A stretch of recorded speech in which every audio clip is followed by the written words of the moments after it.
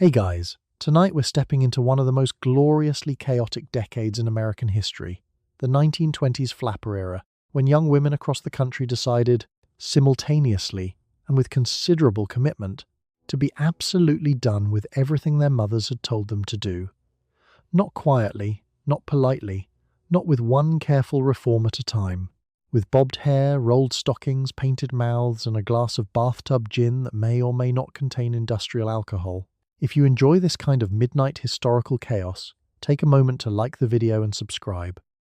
And a huge thank you to one of you for suggesting tonight's topic.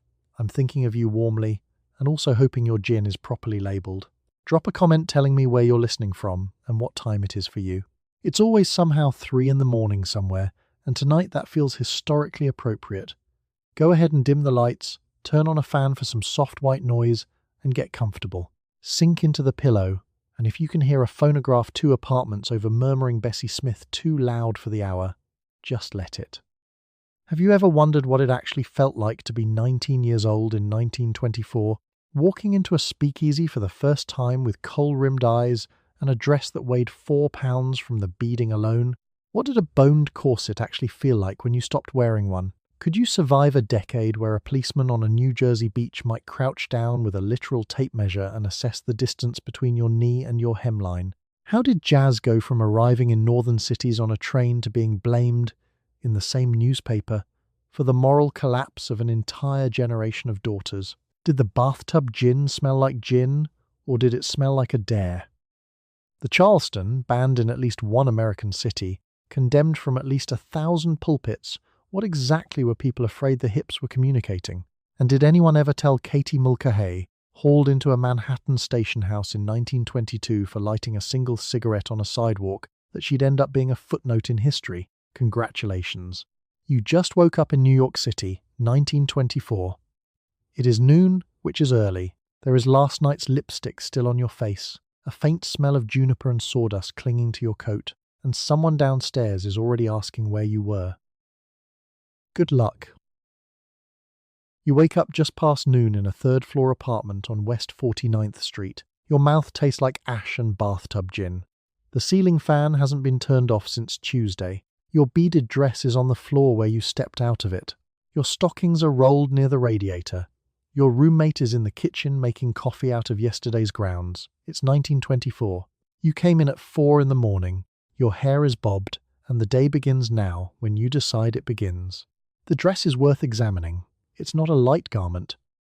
Depending on how thickly the glass beads are stitched into the fabric, a beaded flapper dress can weigh several pounds. The kind of weight you feel accumulate across your shoulders over the course of an evening, like wearing a chandelier that's slowly losing faith in the ceiling.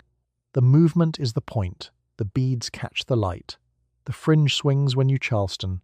The whole thing is engineered to announce that you are in motion, that you are actively and publicly in motion, and that this is a decision you have made with full awareness of who disapproves. Let's talk about the gin. What's in your glass last night isn't Scotch whiskey aged in oak barrels. It's distilled in someone's bathtub, or a tenement basement, or the back of a warehouse in New Jersey, then flavoured with juniper essence to disguise the fact that it began its life as industrial alcohol. The juniper doesn't always succeed. The 18th Amendment took effect January 17, 1920.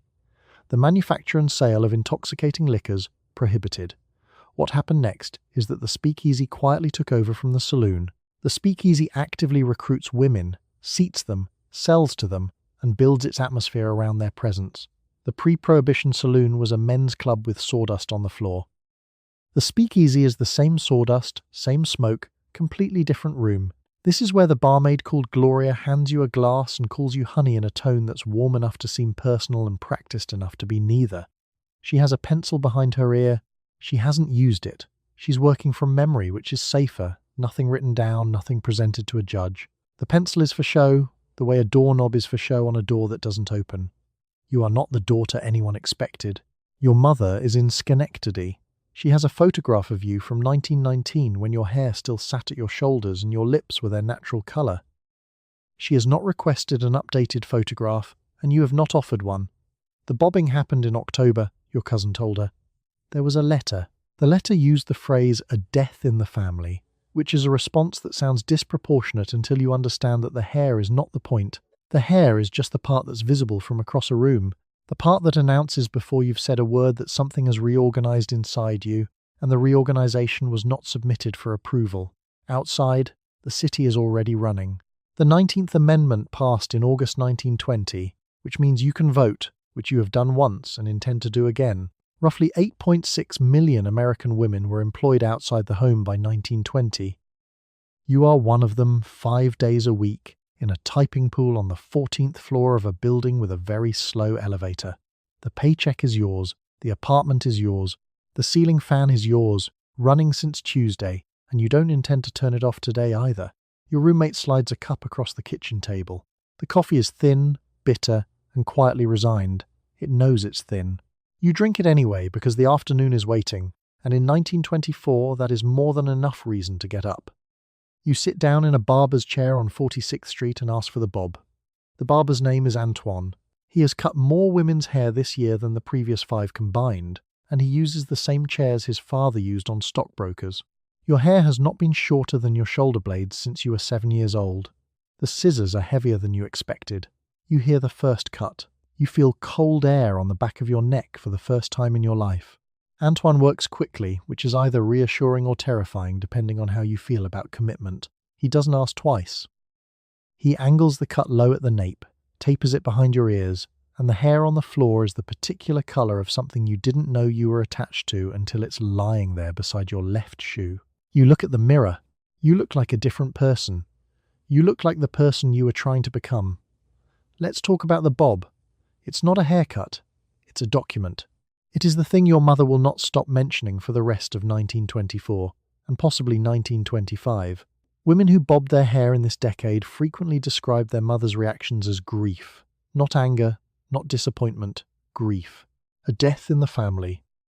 Flowers not sent, but mourning observed. Your mother, who pinned her own hair every morning with 6 pins and considered that arrangement a form of self-control, will look at your neck and go very quiet, in a way that says everything she's decided not to say out loud. The bob arrived in America from Europe around 1912 as British slang for a particular cut worn by younger women, but it didn't go genuinely mass until after the war. Paris had been doing it. London had been doing it. Berlin, in its particular post-war condition, had been doing it with more edge. By 1923, it's everywhere in New York, in offices, in department stores, in the pages of Vogue, on Colleen Moore, who wears hers in a blunt fringe that appears in approximately 15 million newspaper photographs over the course of 18 months. There's also the Eton crop, which is the bob's more radical cousin, cut close to the skull, slicked with pomade, practically architectural. Pastors have mentioned it specifically from pulpits. Not the bob generally, the Eton crop by name, as a thing that is happening to American womanhood and should concern everyone present. A pastor named Reverend Whitfield in Ohio read a list of young women's names aloud during a Sunday service in 1923 because he recognized them from the previous Saturday at a dance. Their hair was short. Their names were now also on a list. The women in question were not present to hear it. They were, in all likelihood, still asleep. Antoine sets down the scissors and picks up a small jar of something that smells like cedar and mild ambition. He smooths the back flat. He steps away. He tips his head slightly, the way a painter steps back from a canvas to see if the horizon is level. Then he nods once, not at you, at the mirror, and removes the draping cloth with a small, practiced, and entirely unsentimental snap. The thing about the bob is what it does to your silhouette. With your hair up, pinned and dressed, your neck was private architecture, covered, managed, a thing that existed only within the structure of the arrangement. Now your neck is just your neck. It is visible from across a room and from behind you on the street and in every direction simultaneously. You are a person with a neck now, in a way you simply weren't before. The cut costs 60 cents.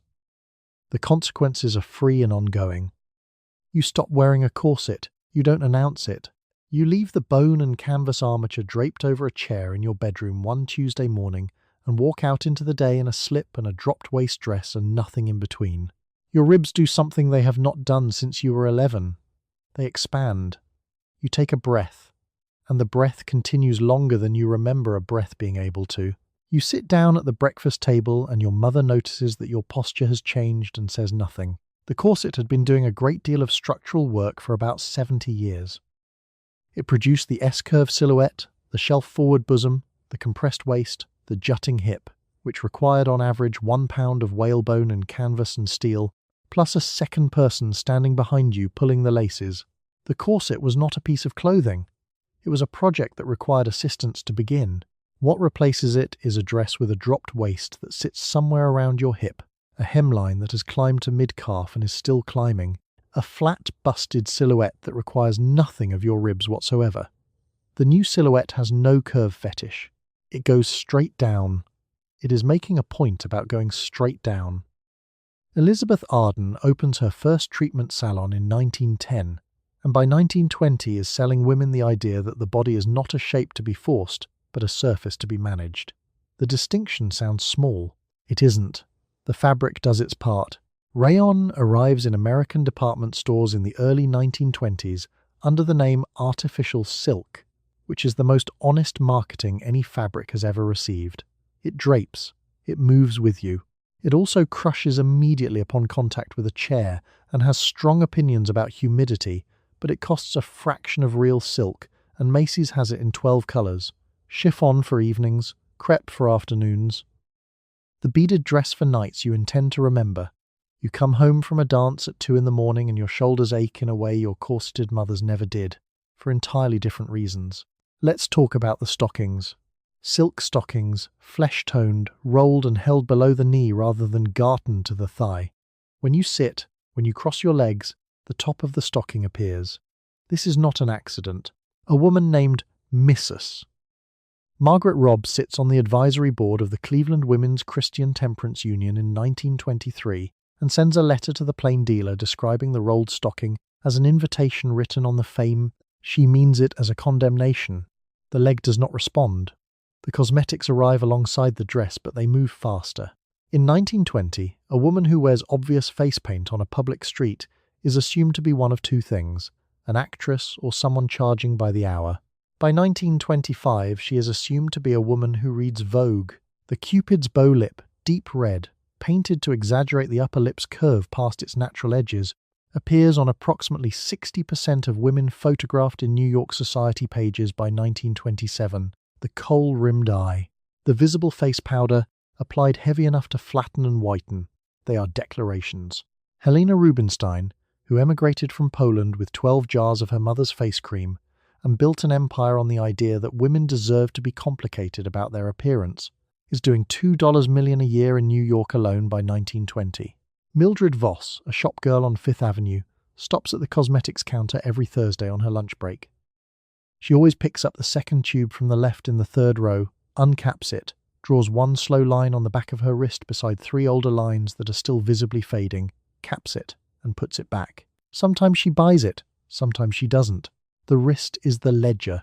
Her expression is calm, focused, and quietly proprietary. The salesgirl has stopped trying to help her. You buy a bandeau. It is 3 inches of elastic and cotton, and it is intended to do the opposite of every undergarment your mother has ever owned. The dropped waist silhouette requires a flat front. The flat front requires that a part of your body, until last year considered your most valuable feminine asset, be politely compressed and ignored. You strap yourself in. You look in the mirror. The line of your dress falls cleanly from shoulder to hip with nothing interrupting it. The interruption was the point of the previous decade. The dress itself has opinions about how you move. The waist sits at your hip, which means your natural waist, the part your mother's corset used to celebrate with architectural enthusiasm, is now just a stretch of fabric with nothing to announce it. You walk differently. You sit differently. You cross your legs without calculating the structural consequences. There is no boning. There is nothing that pushes your ribs toward your spine and your spine toward an arrangement it didn't choose.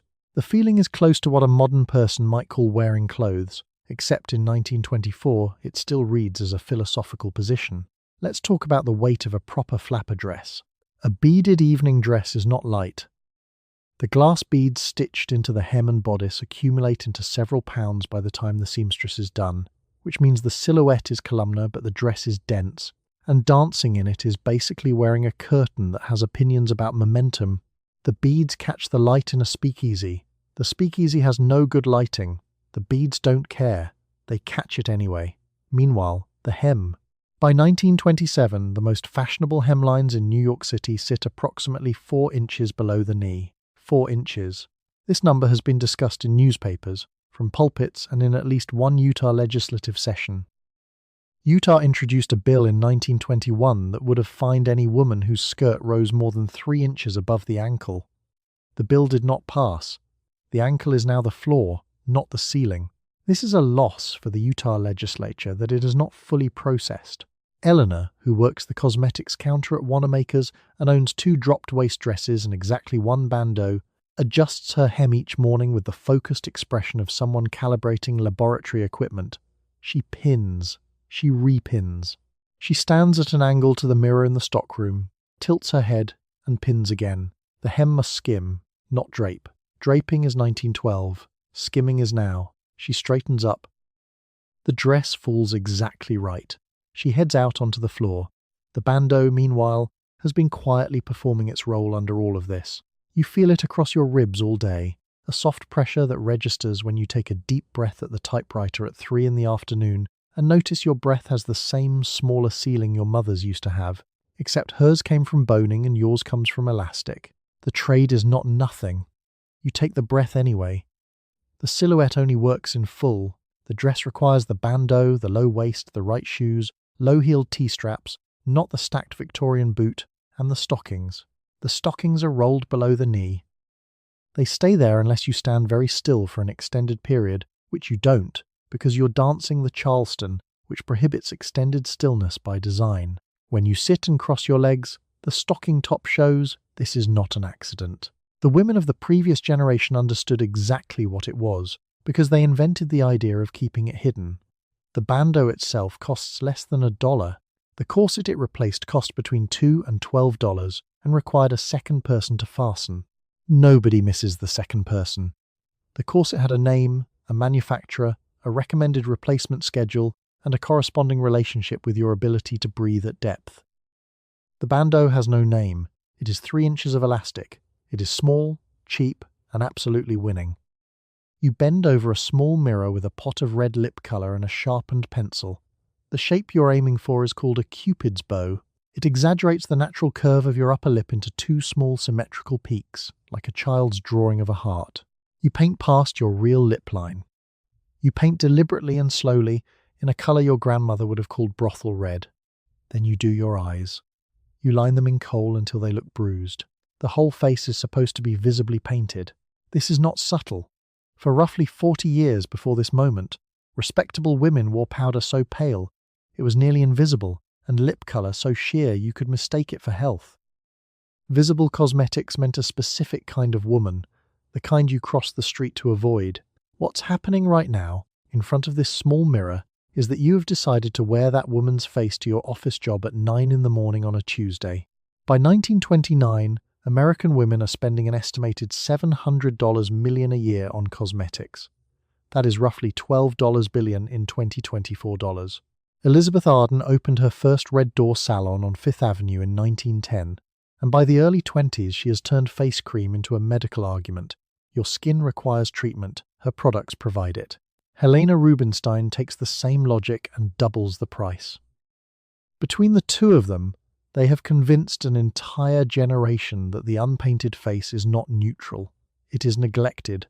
The colours are not called red. They are called shocking, Bordeaux, desire, American beauty. A tube labelled Desire, sitting on a drugstore counter at Woolworth's for 39 cents, is making a specific argument about what cosmetics are for now. You're not fixing your face, you're announcing it. A woman named Vera is at the Wanamaker's cosmetics counter this Tuesday morning, 2 floors down from where Eleanor runs register 6. Vera demonstrates the Cupid's bow on her own mouth with a lip brush so small it looks borrowed from a doll. She draws slowly, neatly, and with a kind of clinical conviction. She doesn't look at the customer while she does it. She looks at the mouth. When she's finished, she blots once with a folded square of tissue paper, holds the tissue up like evidence, and says nothing. The tissue does the talking. You are applying a dark ring around each eye until the effect reads from 10 feet away. Powder comes next. Face powder pressed on heavy and pale, white enough that it photographs as white. This is intentional, because in 1927, Clara Bow's face is visible on movie screens in approximately 15,000 theatres across the country, and that face is painted for projection. You're aware of this. You do it anyway. Your mother calls the whole operation theatrical. She means it as an insult. You receive it as a compliment and return to the mirror. Of course, the moralists have opinions. A pastor in Indianapolis reads a list of cosmetics-wearing young women from his pulpit on the second Sunday of the month, name by name, as if the Cupid's bow is a criminal record. A women's magazine runs an editorial in 1923 arguing that heavy face powder causes skin to suffocate, citing no doctor by name. The editorial runs anyway, and 2 issues later the same magazine carries 4 advertisements for face powder, all on the same page. The contradiction doesn't bother anyone. Nobody expects consistency from a magazine in 1924. The important thing is the 39-cent tube at Woolworth's. The important thing is that it's there, that you can buy it without a note from your husband, without a prescription, without explaining yourself to anyone. You pick it up, you carry it to the register. You go home and you paint your mouth into a shape that says something your grandmother had no word for. She had the shape on her face the whole time. She simply never drew it in red. You take the 6th Avenue elevated down to 34th Street and walk into Macy's. The dress floor is enormous. The dresses are not custom made. They are not sewn at home from a paper pattern. They have been manufactured in the garment district 6 blocks away in standard sizes and hung on chrome racks under printed price tags. A beaded chiffon for evening goes for $15. A day dress goes for $7. You earn $12 a week at the typewriter. You stand at the rack and you do the math twice. The beaded dress is heavier than it looks. You lift one off the rack and your wrist drops slightly, because the glass beads stitched into the bodice and hem have real weight, several pounds of it, distributed evenly across the fabric so the dress moves when you move, catching the light with each step. It is engineered to shimmer. The engineering costs money.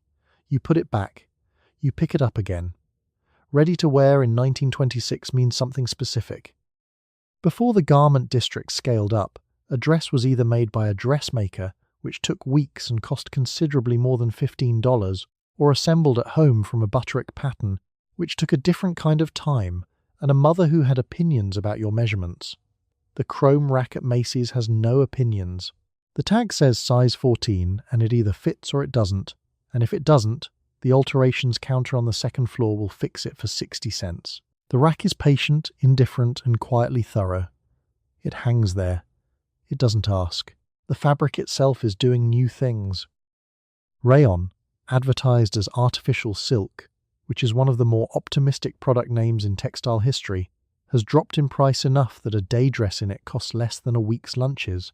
It drapes like silk. It breathes worse. It wrinkles with conviction. But under the right light, from the right angle, it looks like something a woman in a magazine is wearing, and in 1926 that is close enough.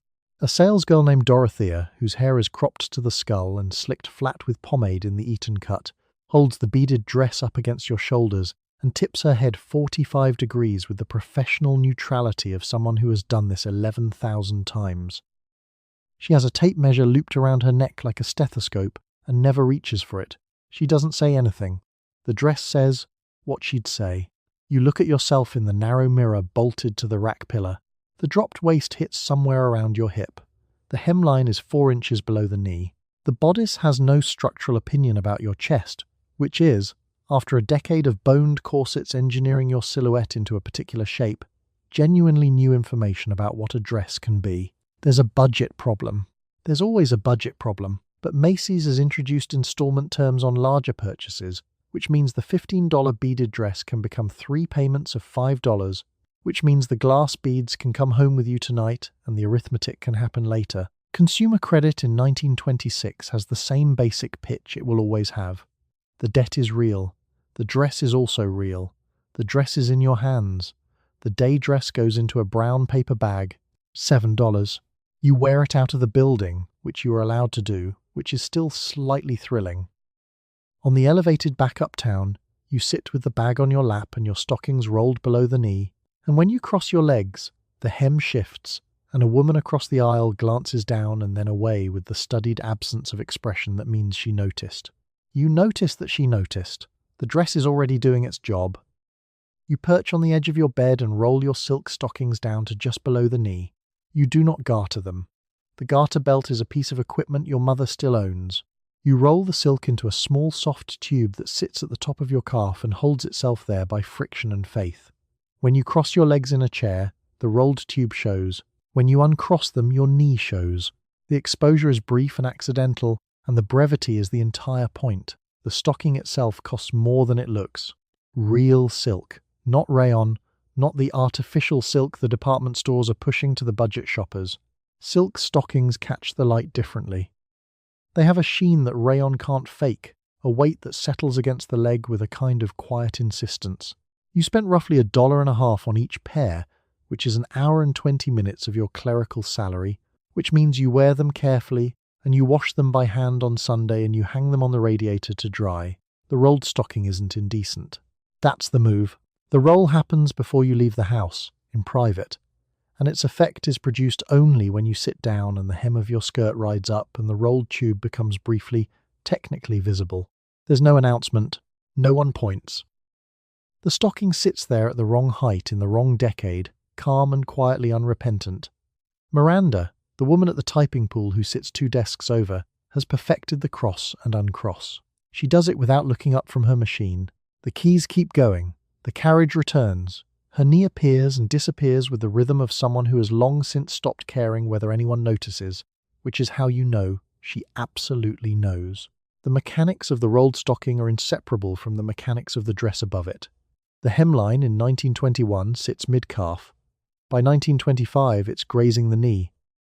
By 1927, the most fashionable dresses in New York hang about 4 inches below the knee, which is either a scandal or a mild inconvenience, depending on who you ask. Utah introduced a bill in 1921 that would have fined any woman whose skirt rose more than 3 inches above the ankle. The bill did not pass. Utah had opinions. Utah lost. Now, the silk stocking situation is not confined to the fashionable.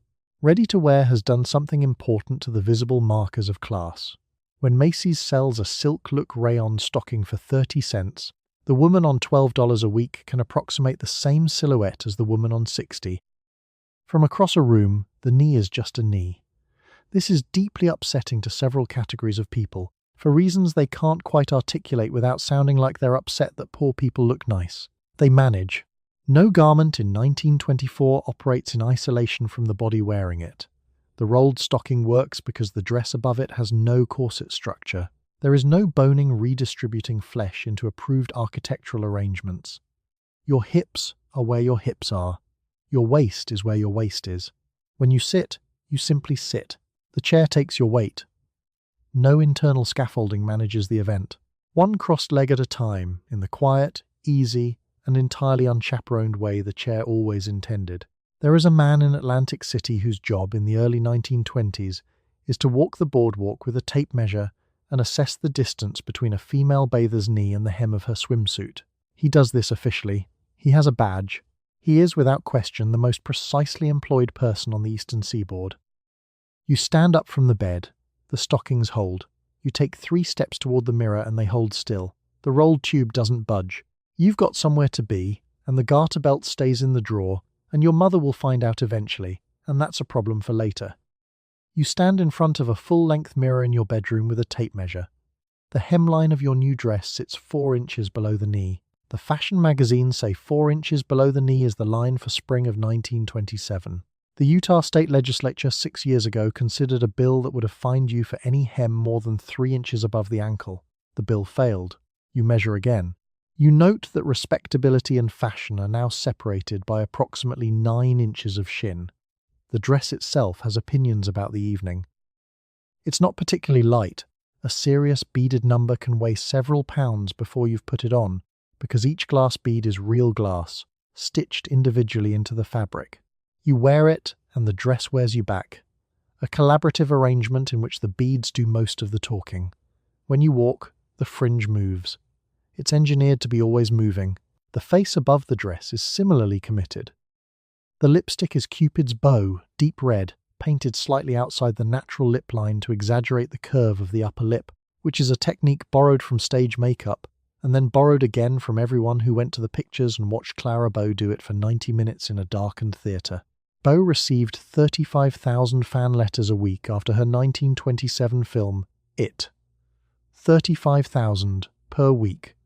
The post office had feelings about this, though it managed. Steady, professional, and quietly long-suffering. Kohl lines the eyes. Face powder sits visibly on the cheekbones, not blended into invisibility, but present as a declaration, the way a placard is present at a protest. This is the 1920s philosophy, which is that you have painted your face and you'd like everyone to notice you've painted your face. By 1929, American women are spending $700 million a year on cosmetics. In today's money, that's roughly $12 billion annually. On lipstick and powder and coal and cold cream and the small glass bottles of perfume that you keep on your dressing table in a row, like a tiny, very fragrant army. Margaret, your friend from the typing pool at the insurance company, got her hair bobbed last October, and her mother did not speak to her for 11 days. Not an argument. Silence. The specific silence of grief. Her mother told the neighbours her daughter had suffered a personal setback, which was technically accurate from where her mother was standing. If you define a personal setback as your 22-year-old daughter sitting down in a salon chair with shoulder-length hair and standing up with none of it. Margaret came into the office the next Monday with her Eton crop slicked flat with pomade, looking like someone who has made a decision and is prepared to live with it.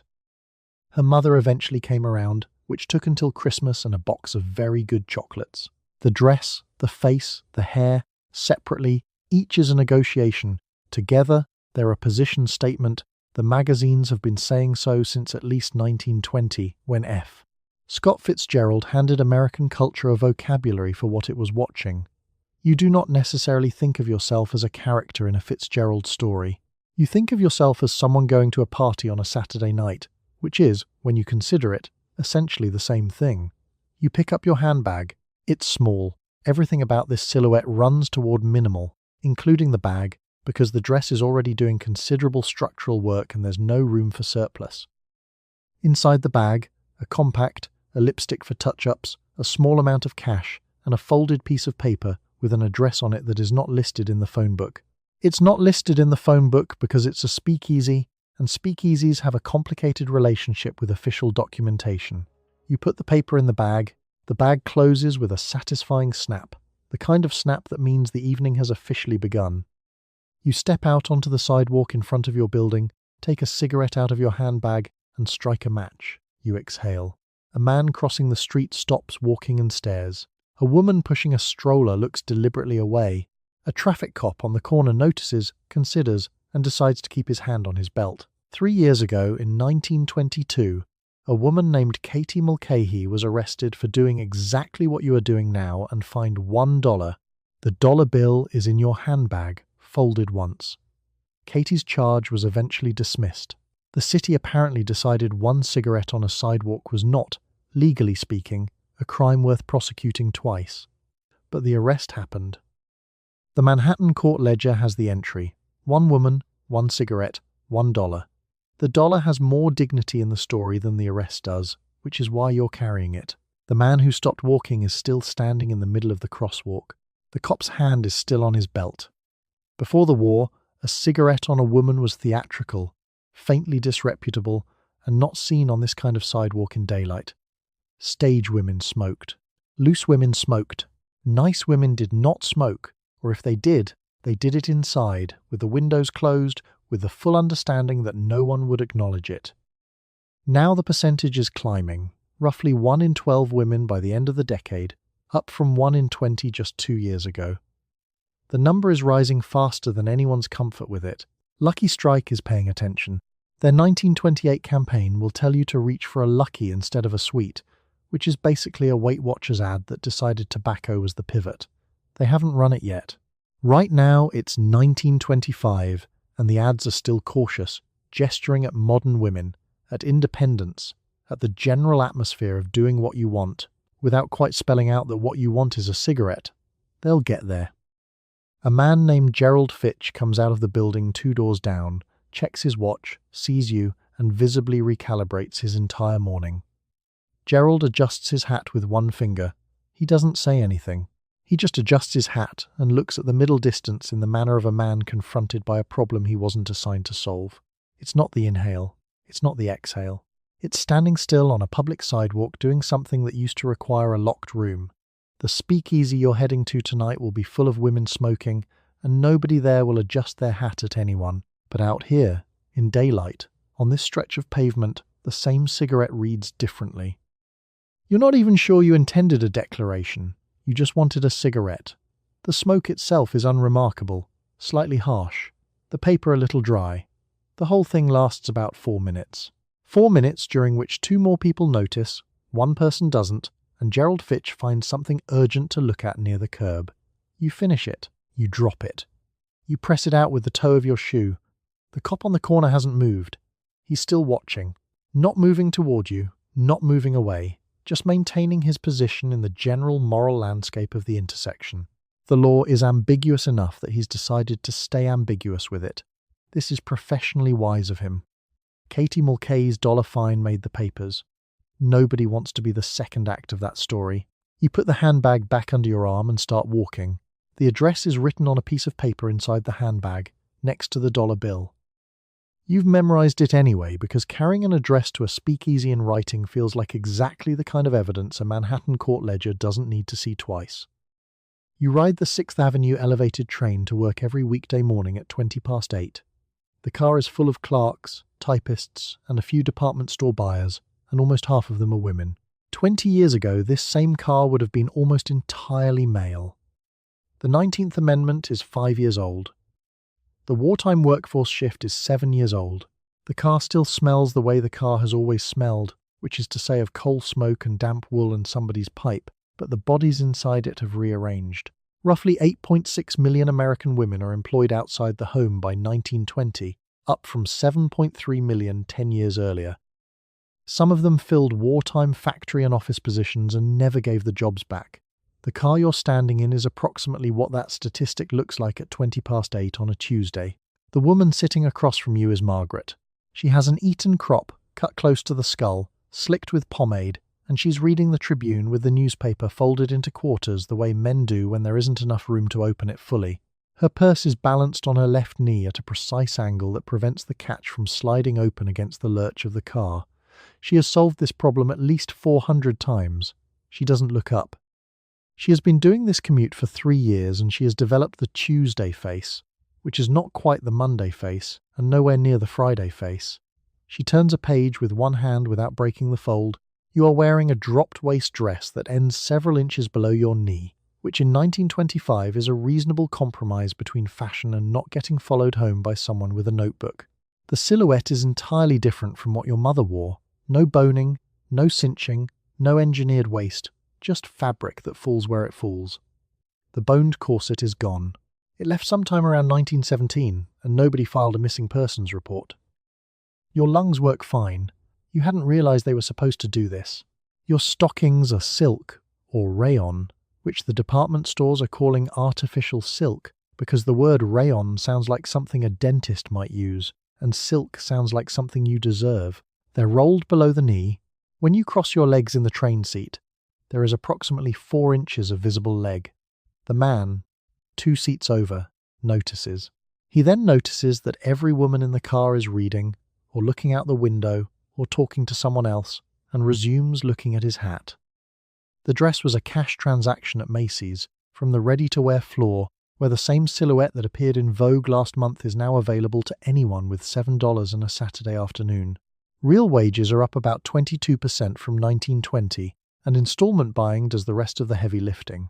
Explained cheerfully, in very small print, in monthly amounts you'll worry about Thursday. Margaret folds the Tribune, tucks it under her arm, and stands up 2 stops before yours. She does this in a single motion, without grabbing anything for balance, because she has also been standing on this train for 3 years, and her body has opinions about the relevant physics. She steps off onto the platform without looking back. A man in a Homburg holds the door for her. She walks through it without breaking stride and without acknowledging that the door is being held, which is either rude or simply the result of a woman who has been holding her own doors long enough that the gesture has become ambient noise. The train moves. By 1929, there will be nearly 27 million registered automobiles in the country. up from 8 million when the decade started. But this morning is 1925, and most of you are still on the train, packed in at 8:20, smelling of coal smoke and damp wool and somebody's pipe. The car is full. It has always been full. It just isn't the same full it used to be. You work at a desk in a long room with 20 other women and 20 other typewriters. The room is on the 8th floor of a building on Lexington Avenue that manufactures fountain pens. You earn $14 a week. The man who supervises you earns $32. Your job is to type letters dictated by the sales department and to feed carbon paper into the typewriter so that 3 copies are produced for every original. The carbon stains your fingers a permanent dark blue. The dark blue washes off, mostly, around 3 a.m. The lunch hour is 45 minutes. The building has a lunchroom on the 4th floor that smells like radiator heat and egg salad. You go there twice a week, maximum, because you and the other women in the typing pool have collectively decided that 2 egg salad encounters per week is the human limit. The other days you go outside. Outside is 1926, and 1926 has opinions. There's a drug counter 3 blocks east, where the girl behind the register wears her hair in an Eton crop so tight to the skull it looks lacquered on. Her name is Dolores, and she applies her lipstick during the lunch rush without looking down, painting the Cupid's bow in one continuous motion, quick, neat, and entirely unapologetic, like she's signing her name on something official. You order a coffee and watch this happen. It takes 4 seconds. Dolores does not consider it a performance. You are 22. You have been in this city for 14 months. Before that, you were in Akron, which had opinions of its own, though fewer and less interesting ones. Your mother writes letters. The letters contain questions presented as statements. I hope you are keeping sensible hours. I hope you have found a suitable church. I hope your hair is still long. That last one is doing a great deal of work for a sentence about hair. The typing pool has its own economy. Agnes on your left has been here 4 years and knows which supervisor will leave early on Fridays and which one won't. Vera on your right has a compact mirror. She tilts at a specific angle to check her face without appearing to check her face. The compact has learned to cooperate with the light through the south window. Helen, 2 desks down, once spent a full Saturday standing in the Macy's cosmetics department testing 8 different face powders, which she describes as research and which is, technically, accurate. The work itself is not interesting. This is not a complaint, it's a report. The letters say things like, "Enclosed, please find our spring catalogue, and we regret that your order of March 14th. The typewriter keys stick in humid weather. The carbon paper, if you load it slightly wrong, produces a 3rd copy that's a ghost of the original, every letter faint and tilted, like the original was embarrassed about what it said. You load it wrong about twice a month. The supervisor has noted this. The supervisor notes things, and yet the room also has a radio. This is recent. The radio sits on a filing cabinet near the door, and the supervisor initially objected to it, and then stopped objecting around the time someone pointed out that the women typed faster when music was playing. The radio knows this. The radio plays what it wants. Some afternoons it's a dance band. The keys keep moving. The carbon paper keeps producing its 3 copies. Somewhere on the filing cabinet, a Duke Ellington number comes through the static and lands on everyone's shoulders at once, light as a hand. At 5 o'clock you collect your bag. The elevator takes you down 8 floors. The lobby smells like marble and other people's cigarettes. You step outside onto Lexington Avenue, where the evening is beginning its shift, and the city, which does not clock out, adjusts to accommodate you. $14 a week, 20 typewriters. The carbon washes off, mostly. You spend 45 minutes at noon eating in the Horn and Hardart automat on 42nd Street. You drop a nickel in a slot, turn a small chrome handle, and a glass door opens to deliver you a slice of macaroni pie. You sit at a marble-top table with 3 other typists and a man you do not know. The automat is one of the few public eating spaces in Manhattan where a woman can sit alone without anyone asking her business. The price of this freedom is the macaroni pie, which is acceptable. Agnes slides in across from you with a coffee and a look that suggests the morning has been personal. She doesn't take off her coat.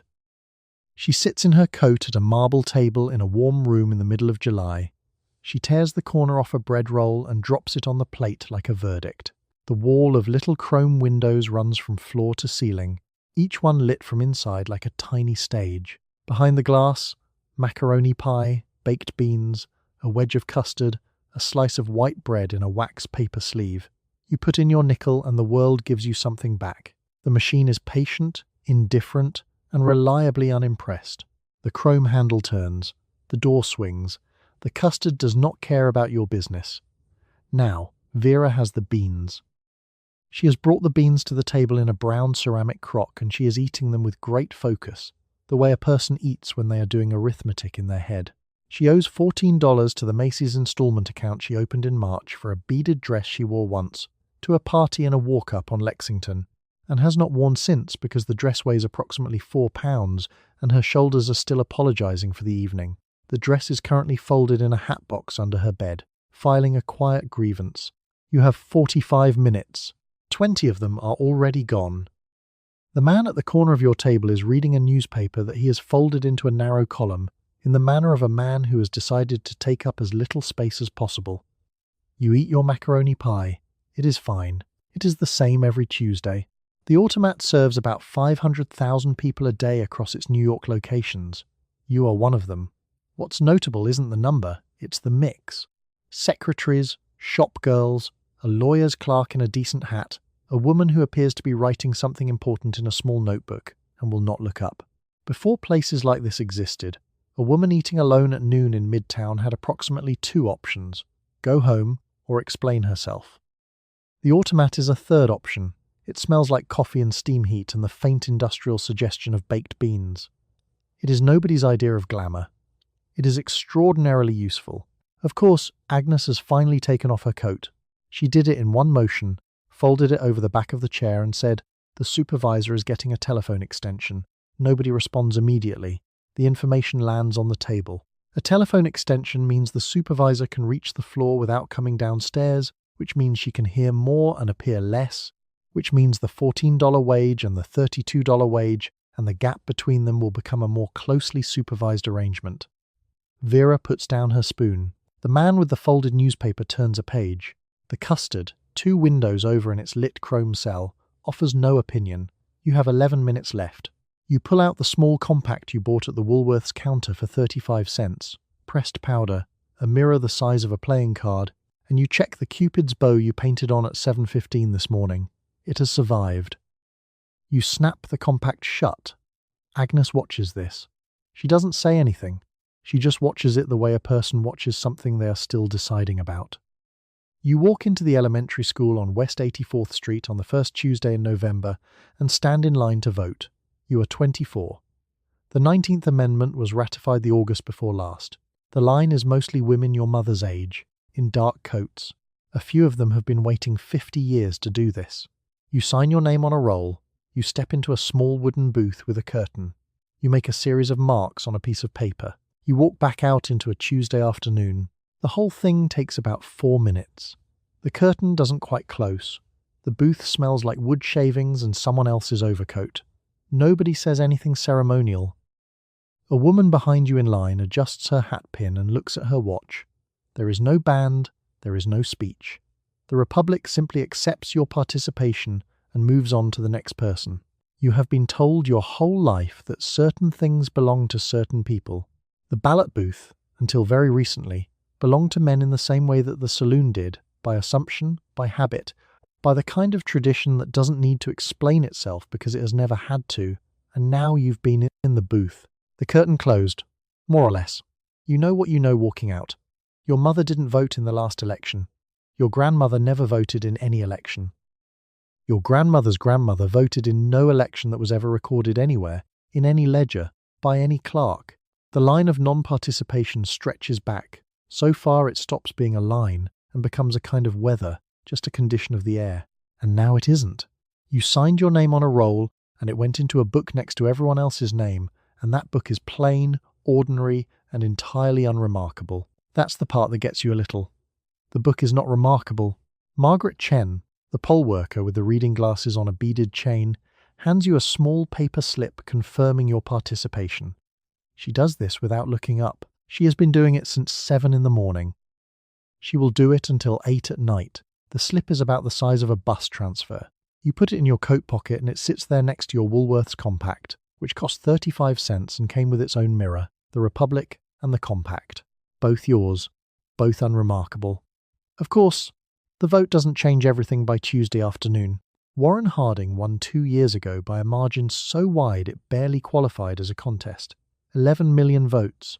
The editorialists spent most of 1920 trying to predict what women would do with the ballot, as though female voters were a weather system that needed to be modelled. They voted, largely, the way their households voted. Some of them voted differently. The data was, in the language of the era, mixed. What the ballot doesn't give you is the speakeasy. It doesn't give you the compact, the Charleston, the silk stockings rolled below the knee. Those you acquired separately, through a different kind of negotiation that involved no curtained booth, and no ledger, and no Margaret Chen with reading glasses. The vote is the official version of a thing you've been building unofficially for several years now. The unofficial version has better music. You walk home. The Tuesday afternoon is cold and flat, and the city doesn't notice you've voted. A man on the corner is selling roasted chestnuts from a cart. A taxi goes by with a dented rear fender. Your coat pocket contains a paper slip and a compact and, technically, the franchise. You are 24. You are hungry. The chestnuts smell very good. You hand over 25 cents at the Rivoli on Broadway, and you sit through 2 showings of it. The film is silent. The orchestra in the pit plays a syncopated score with a tuba and a drum kit. Clara Bow has bobbed dark hair and coal eyes and a Cupid's bow mouth, and she is doing on the screen exactly what you are trying to do off it. The film is 72 minutes long. By the end of the second, showing your face hurts from the way you have been holding it. Clara Bow receives approximately 35,000 fan letters per week at the height of this. 35,000. Someone at the studio opens them. Someone reads them. Someone files them, probably in a room that is slowly filling from floor to ceiling with the combined longing of the entire country, addressed to a woman in California who is 22 years old and cannot possibly write back. The studio calls her the It Girl. It is not defined anywhere precisely, which is the point. You either have it or you don't, and if you have to ask, you don't. The Rivoli seats about 2,000 people. It smells like face powder and woolen coats that have been rained on. A woman 2 rows ahead of you has an Eton crop cut so close to her skull you can see where it meets the nape of her neck in a clean straight line. She is watching the screen with her chin tilted up at an angle that suggests she has been practicing this without quite knowing she is practicing it. The man beside her is watching her watch the screen. He hasn't looked at Clara Bow once. Bow crosses a room on the screen in a drop-waist dress that moves at the hem when she walks. You watch the dress catch the light along the bias seam. The fabric is loose, supple, and quietly authoritative. It does half the work of the gesture before her shoulders have even decided to move. You feel it land somewhere behind your sternum. The dress knows. It has been cut that way specifically so it does. By 1926, there are somewhere between 15 and 17,000 movie theatres operating in the United States. Not all of them are the Rivoli. Some of them are a storefront in a town of 400 people with a bedsheet for a screen and a piano player who learned 3 songs and is currently on the 2nd one. The effect is identical. Clara Bow's face is the same face in all of them. She is the most reproduced woman in the country, which is a thing that has never quite been possible before. A girl named Dottie Marsh is sitting 3 seats to your left. You don't know her. She has stockings rolled below the knee and she's got her legs crossed at the ankle. And every time Bow does something on screen, tilts her head, raises an eyebrow, says something you can only read from her mouth, Dottie exhales through her nose like she's taking notes. She pulls a compact from her bag, checks her Cupid's bow in the small mirror, snaps it shut without correcting anything. The compact goes back in the bag. Her eyes go back to the screen. The orchestra hits a low note in the tuba. Something in the film is about to go badly for someone, probably a man. The woman with the Eton crop leans forward slightly. Dottie recrosses her legs. You are all watching the same woman on the screen negotiate the same world you negotiate every morning, except she's doing it larger than life and with better lighting, and nobody around her has a tape measure.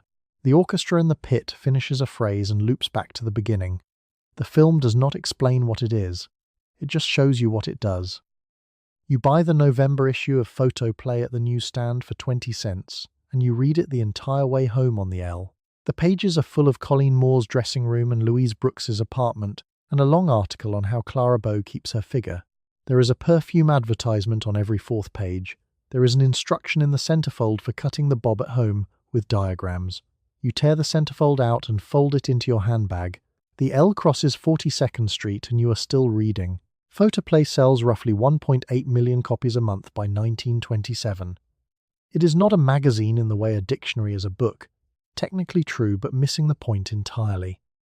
It is a delivery system for a specific set of instructions about how to want things, printed on glossy paper, handed to you at eye level through a newsstand window by a man who doesn't look up. The perfume ads don't describe a scent. They describe a version of you that owns that scent. The magazine understands this. You understand this. The newsstand man is not part of the conversation. The Bob diagram is not a diagram. It's a permission slip. It arrives folded into page 22 with clean lines and labelled measurements, and it assumes you already have scissors and nerve. In that order. The instructions are specific. Dampen the hair first. Section it at the jaw. Cut straight across. Don't hesitate at the ear. You tuck it into your handbag next to your lipstick and your L-pass, and it is already doing something to the atmosphere inside the bag. A woman 3 seats down on the L is reading the same issue. She tears out the same page. Neither of you acknowledges this. The article on Clara Bow's figure runs 4 pages and contains, by actual count, 0 actionable information. It describes what she eats in the approximate language of a nature documentary, grapefruit, lean protein, small helpings, willpower, as a kind of ambient personality trait. It says she walks everywhere. It does not say where. Meanwhile, the ads are doing the real work. Helena Rubinstein takes out a full page near the back. The copy describes her complexion cream in the tones of a medical authority, clinical, confident, faintly European. This is the year Helena Rubinstein has 14 salons operating across the United States and is expanding into department store counters, which is a significant institutional commitment to the idea that women's faces are a project requiring professional infrastructure. The ad doesn't say this. It says radiant. It says luminous. It says you, but better, by Tuesday. A man in a good coat boards at 59th Street and sits across from you. He glances at the magazine cover. Louise Brooks stares back, hair lacquered into a perfect black helmet, eyes doing something complicated. The man looks away first. Louise Brooks does not blink. She never does. She has been not blinking at strangers from newsstands across the eastern seaboard all month, and her expression carries the attitude of someone who has already had this conversation and found it uninteresting. You flip back to the Bob diagram. A woman named Vera, who does alterations on your floor at Wanamaker's, got hers cut last Thursday. She came in Friday morning with the back of her neck suddenly visible and her whole head lighter by about 3 years of obligation. Her supervisor, Mr. Hal, looked at her for a long moment across the fabric bolts and then said nothing, which in the grammar of that particular office is approximately equivalent to a standing ovation. Vera spent the rest of the day running her hand up the nape of her neck every 20 minutes. She couldn't stop.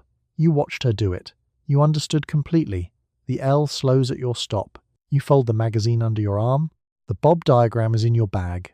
The scissors are at home in the kitchen drawer, second from the left, next to the good spoons. You eat dinner with your parents on Sundays. You take the train uptown and sit at the same dining room table you sat at in 1912. Your mother serves a roast and a potato. Your father carves and does not look up. Your mother looks at your hair, then at your lip colour, then at the hem of your dress, in that order, and she does not say anything. The not saying anything is a recent development. 3 months ago she said a great deal. The household has settled into a colder and more durable arrangement. Your father was born in 1874, your mother in 1877. They were young when Queen Victoria died, which means they were formed entirely inside a world that considered a woman's ankle a social emergency. The idea that you have opinions about your own body, your own hair, specifically, has not landed comfortably in this house. It has landed the way a thing lands when it falls from a great height and leaves a dent. The hair was cut in October, at a salon on Lexington that charges 60 cents and smells pleasantly of warm water and brilliantine. You came home for Sunday dinner the following week, and your mother stood in the hallway for a long moment before going to the kitchen without speaking. Your aunt, who was also there, cried. Not dramatically, just quietly, into a dish towel, in a way that suggested she had been saving it up. Your mother told a neighbour your daughter has done something to herself, which is how the conversation entered the neighbourhood without anyone technically lying. You are 23 years old. You have a job. You pay rent. You ride the subway alone at 9 in the morning and again at 5:30. None of this has renegotiated the terms of Sunday dinner. which still operates on the assumption that your primary obligation is to remain exactly who you were in 1912. The table hasn't changed. The potato hasn't changed. The carving knife is the same carving knife. You are the variable that everyone is pretending isn't varying. Your mother brings out a dish and sets it down near your place with the specific gentleness of someone making a point without making a point. Her name is Harriet. Harriet was 18 when the Gibson girl was the operating standard of American femininity, corseted, upswept, waist cinched to the approximate diameter of a large coffee tin. Harriet wore this silhouette for the better part of 30 years and has privately concluded that suffering it was a form of character, and that your refusal to suffer it is a form of something else she doesn't have a clean word for yet. She is watching your Cupid's bow lipstick across the table with the expression of a woman doing long division. Your father has opinions too. He expresses them by carving the roast with unnecessary precision and asking about your health, which means he is asking about everything except what he is asking about. He has gone as far as remarking that a woman should take care of herself, which is flexible enough to mean almost anything and has so far meant nothing actionable. The dessert arrives. Your mother has made a cake. You eat a piece. You compliment it. She says it's the same recipe as always, which is both true and not only about cake. You will be home by 9. You will take the train back downtown, and the train will smell like other people and coal smoke, and by the time you reach your stop you will have moved approximately 12 years forward in calendar time just by changing neighbourhoods. Your block has a girl on it who wears the Eton crop slicked flat to her skull with pomade and walks like she's going somewhere important. Your mother's block has a woman on it who still pins her hair up every morning from habit, even though she no longer has anywhere in particular to go. Both of them are right, in the way that people are right when they are not talking to each other. You and your mother negotiate, every Friday afternoon, the time at which you must be home that night. The negotiation is conducted in a level voice in the kitchen between the icebox and the sink. Your mother's opening offer is 10 o'clock. Your counter is 1A. M. The settlement, which both of you understand will be ignored, is 11:30. The conversation is the same conversation you have been having since you were 16. The only thing that changes is the small and meaningful drift of the agreed-upon time toward midnight. Your mother knows where you're going. She doesn't say the word. The word is speakeasy, and saying it out loud would require her to have a position on it, and having a position would require an argument, and an argument at 4 in the afternoon on a Friday is not how she wants to spend the hour before your father comes home. So she says, "Out with your friends," in a tone that does all the work the word would have done, and you say yes, and the refrigerator hums between you like a mediator who has given up. Prohibition did not reduce drinking. It relocated it, removed the windows, and added a password. Your particular speakeasy is on the second floor of a building that officially sells dry goods. The door has a slot at eye level. A man named Gerald opens it. His face is calm, weathered, and reliably unsurprised. Gerald has been opening this slot since 1921. The hinge has not been oiled since either. The room smells like cigarette smoke and bootleg gin and cheap perfume and sawdust, in that order. The gin was juniper-flavoured this week, which means it was cut with something it shouldn't have been cut with, and the juniper is doing its best to change the subject. You drink it anyway. The band is too loud for second thoughts, and the floorboards are too warm under the weight of 200 shifting feet for anyone to feel cold about anything. Meanwhile, your mother is at home imagining the saloon she thinks you're in, the pre-prohibition kind, the one with sawdust and men only and a woman who enters by mistake and immediately leaves. The speakeasy actively recruited women. The old saloon was designed to exclude you. This one is the opposite. A woman named Florence is at the table next to yours. Florence is lighting her third cigarette of the evening using the ember of her second, a maneuver your mother would describe as the final stage of a moral collapse. In 1922, a woman named Katie Mulcahy was arrested in New York for lighting a single cigarette on a sidewalk. One cigarette. The fine was $1. The charge was eventually dismissed, which tells you the law had its doubts. Florence is aware of this history and is not visibly moved by it. You order another gin. A musician in the corner is playing something that started as a foxtrot and has become something else entirely, something that moves wrong in a way that feels correct. Your stockings are rolled below the knee, which your mother has seen and chosen not to see, the way she's chosen not to see the Cupid's bow you painted on your upper lip before you left. She has simply decided that 11:30 is where she draws the line, and the line, you both know, is already moving. You will be home at 12:15, not 1 a, not with intention. Your mother will be in the kitchen when you come in. She won't say anything. The icebox will hum.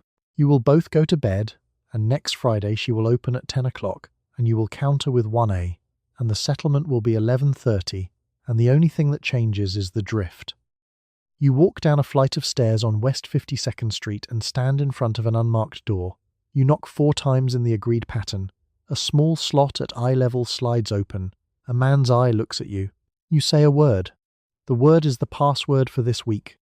The word changes on the 1st of every month. The slot closes, the door opens. You walk into a room that legally does not exist, in a country that has, as of January 17th, 1920, banned everything served inside it. The smell hits you before your eyes adjust. Sawdust on the floor. Cheap perfume. Cigarette smoke so thick it has its own weather system. Underneath all of that, the gin juniper essence layered over an industrial alcohol base, doing its best, not quite succeeding. You find Florence at a table near the back. She's already on her 3rd cigarette, which is the Florence, you know. She tips her head toward an empty chair and doesn't say anything. The chair accepts you. What you're drinking is not a cocktail, it's a negotiation. The bartender, a man named Sal who trims his mustache with what appears to be professional equipment, pours something amber into a glass and calls it whiskey. Whether it is whiskey in any meaningful sense is a philosophical question neither of you has time for. By 1925, there are an estimated 30,000 speakeasies in New York City alone, more than double the legal saloons that existed before Prohibition. Sal could tell you this. He won't. He's heard it. A woman 2 stools down orders her own gin Ricky and pays for it with a folded bill. Sal pours, slides the glass over, and stops looking up. 20 years ago, in a saloon on this same block, that woman would not have been served. She would not have come in. The door is now propped against a different kind of evening. Florence taps her ash into a brass tray and doesn't look at any of it. Florence is 23. Florence has been coming to this room twice a week for 14 months, which is a long enough relationship that Sal sets her preferred glass on the bar before she's reached the 2nd stair. A man at the bar catches your eye and then looks away too quickly. His name is probably something sensible like Howard. Howard came here because his apartment is 12 feet wide and his ambitions are larger. Howard is drinking what Sal also called whiskey. Howard's whiskey and your whiskey came from the same batch. The batch has opinions about consistency, and those opinions are mixed. Approximately 1,200 Americans died from tainted Prohibition liquor in 1926 alone. Howard doesn't know this yet. You don't know this yet. The glass knows nothing at all. Florence stubs out the 3rd cigarette and immediately produces a 4th with the efficiency of someone who is prepared for a siege.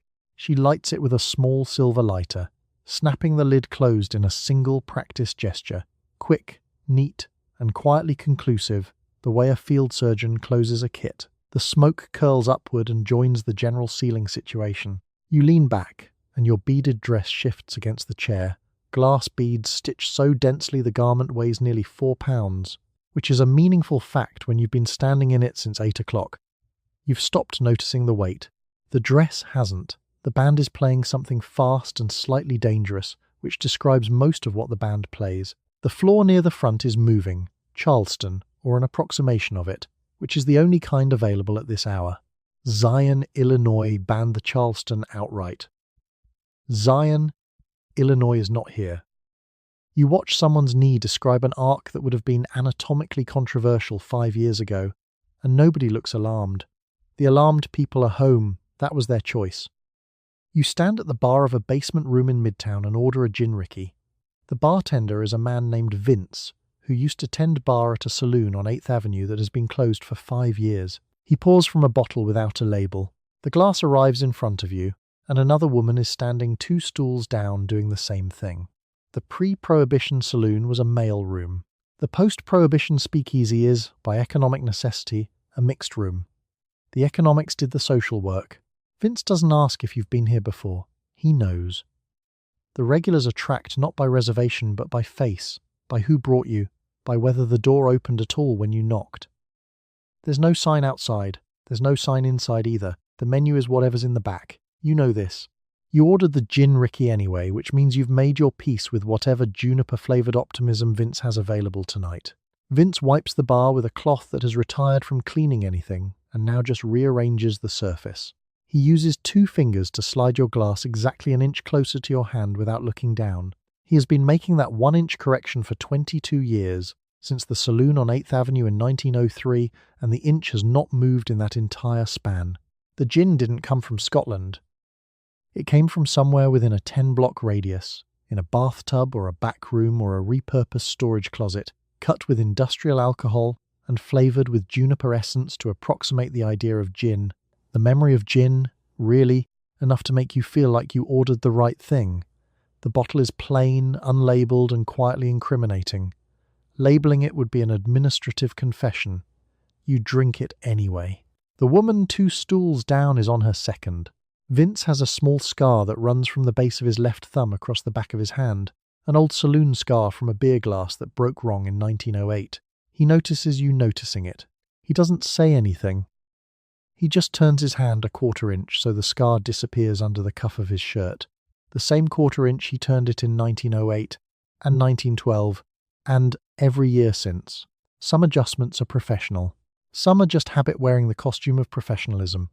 The Ricky arrives a touch heavier on the lime than it strictly needs to be. Vince is aware that the lime is doing the work of an apology the gin can no longer afford to make on its own behalf. A hostess named Dolores is working the floor tonight in a dress that hits 4 inches below her knee. She moves between tables with the composure of someone who has memorized exactly which floorboard announces itself and navigates accordingly. She sets down 2 glasses she's already confident you didn't order and collects the ones you did. She doesn't explain this. The replacement drinks appear to be an improvement. You don't ask. Dolores has a brass key on a thin chain around her neck that she touches once when she passes the front door, the same way someone else might cross themselves. Whatever the key opens isn't on the floor plan you can see. She has worn the chain since the night the place opened, and the chain has worn a thin pale line into the skin of her collarbone where the metal sits when she leans over a table. The woman 2 stools down catches your eye and raises her glass slightly. No toast, just acknowledgement. 2 years ago, in a different city with a different set of conventions, neither of you would be here. The saloon didn't want you. The parlour expected you. The speakeasy, improbably, is the middle ground, illegal, smoky, flawed in sawdust that absorbs whatever happens, and briefly, entirely, yours. You take the first sip of your gin Ricky and the gin tastes wrong. There is the juniper, there is the lime. And underneath both, there is a flat industrial note that does not belong in any drink. The gin in your glass was distilled in somebody's bathtub in Brooklyn last week. The base alcohol was originally intended to fuel automobiles. The juniper essence and the lime are present specifically to make this less obvious. 1,200 Americans died last year from drinking exactly what is now in your hand. The bathtub wasn't always a bathtub. Sometimes it was a copper pot in a basement.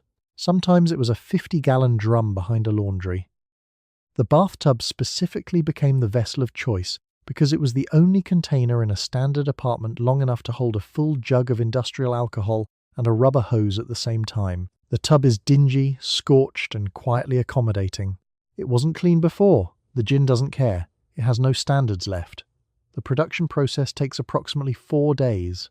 Day 1, someone acquires the base alcohol, which has been denatured, meaning the government required manufacturers to add a poison to industrial alcohol to prevent exactly this use.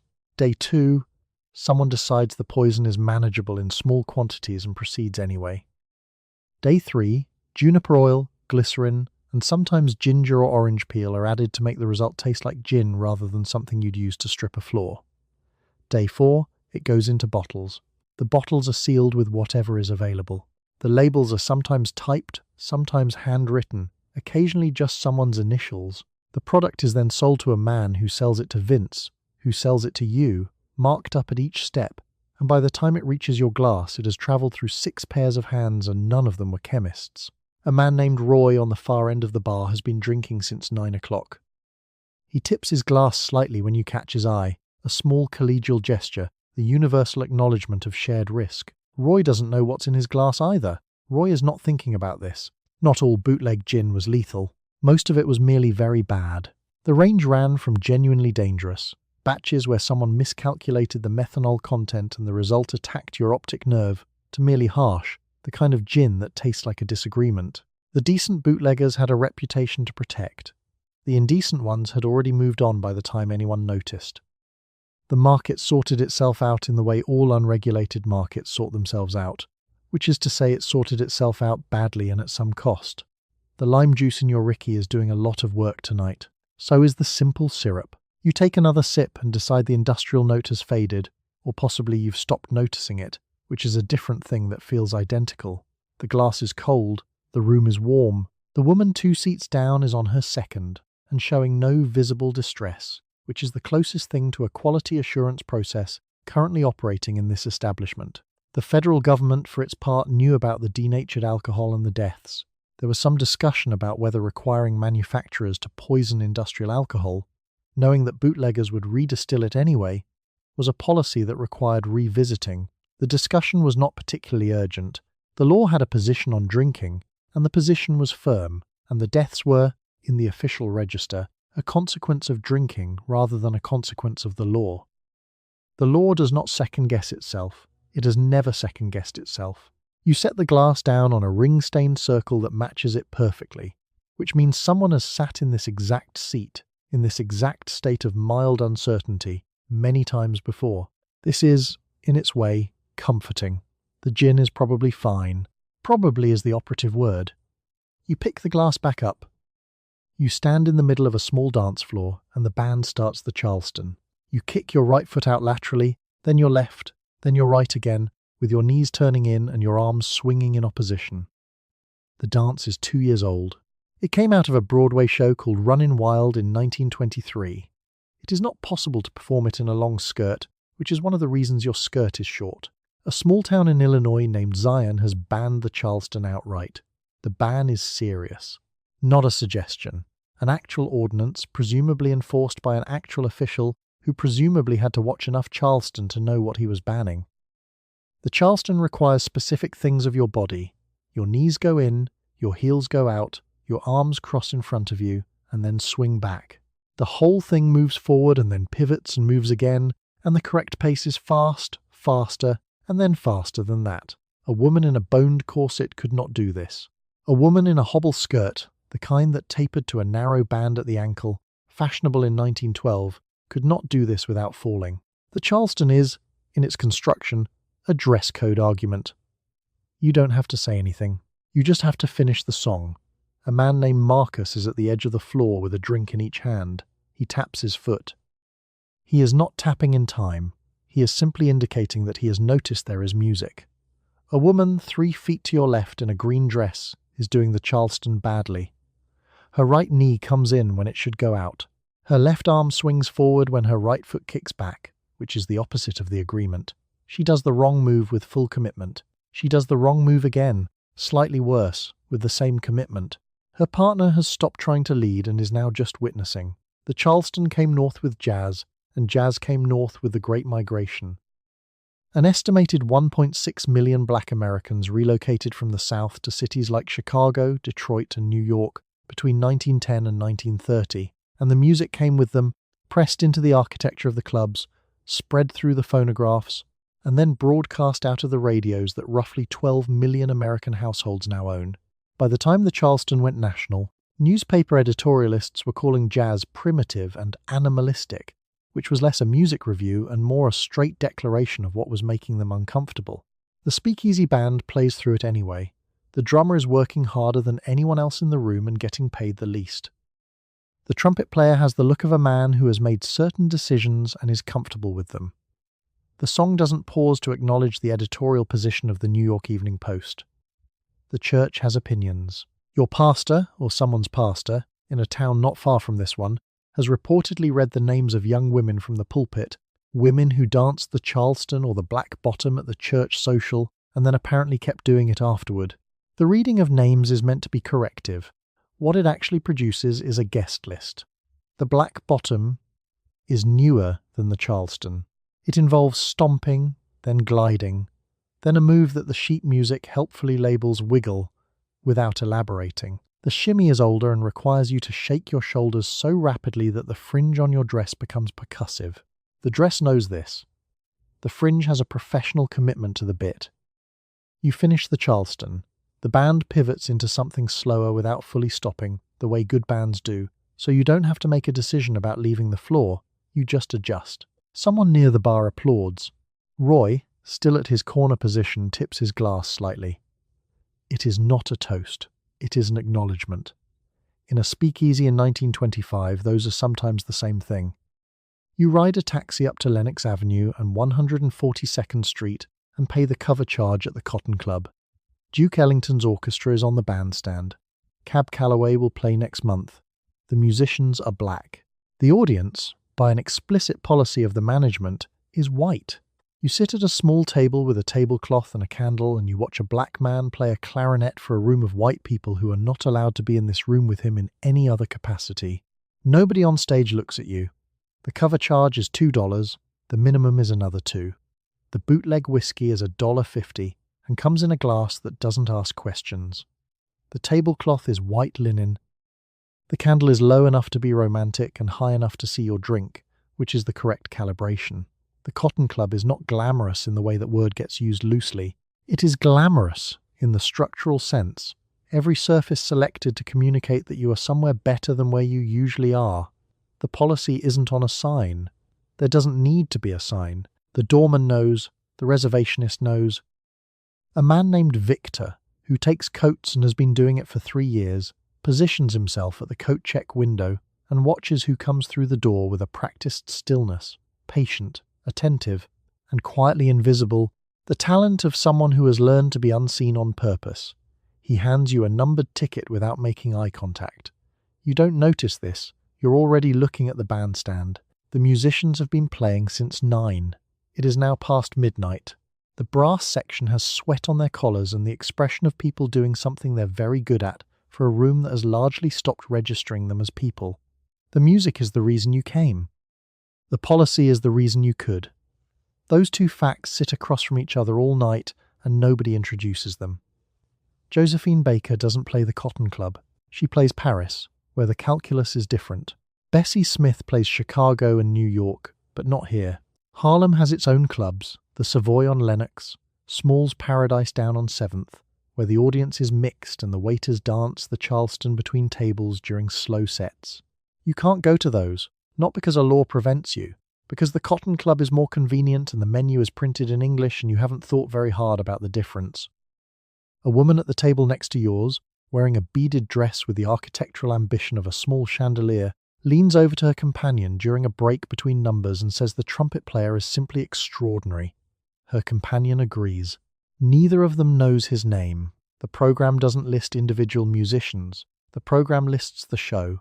Duke Ellington knows all of their names. He writes the charts with specific people in mind. This voicing for this trumpet player, this counter melody for the man on clarinet, which means the music you're hearing was designed around individual human beings whose specific hands and lungs produced it.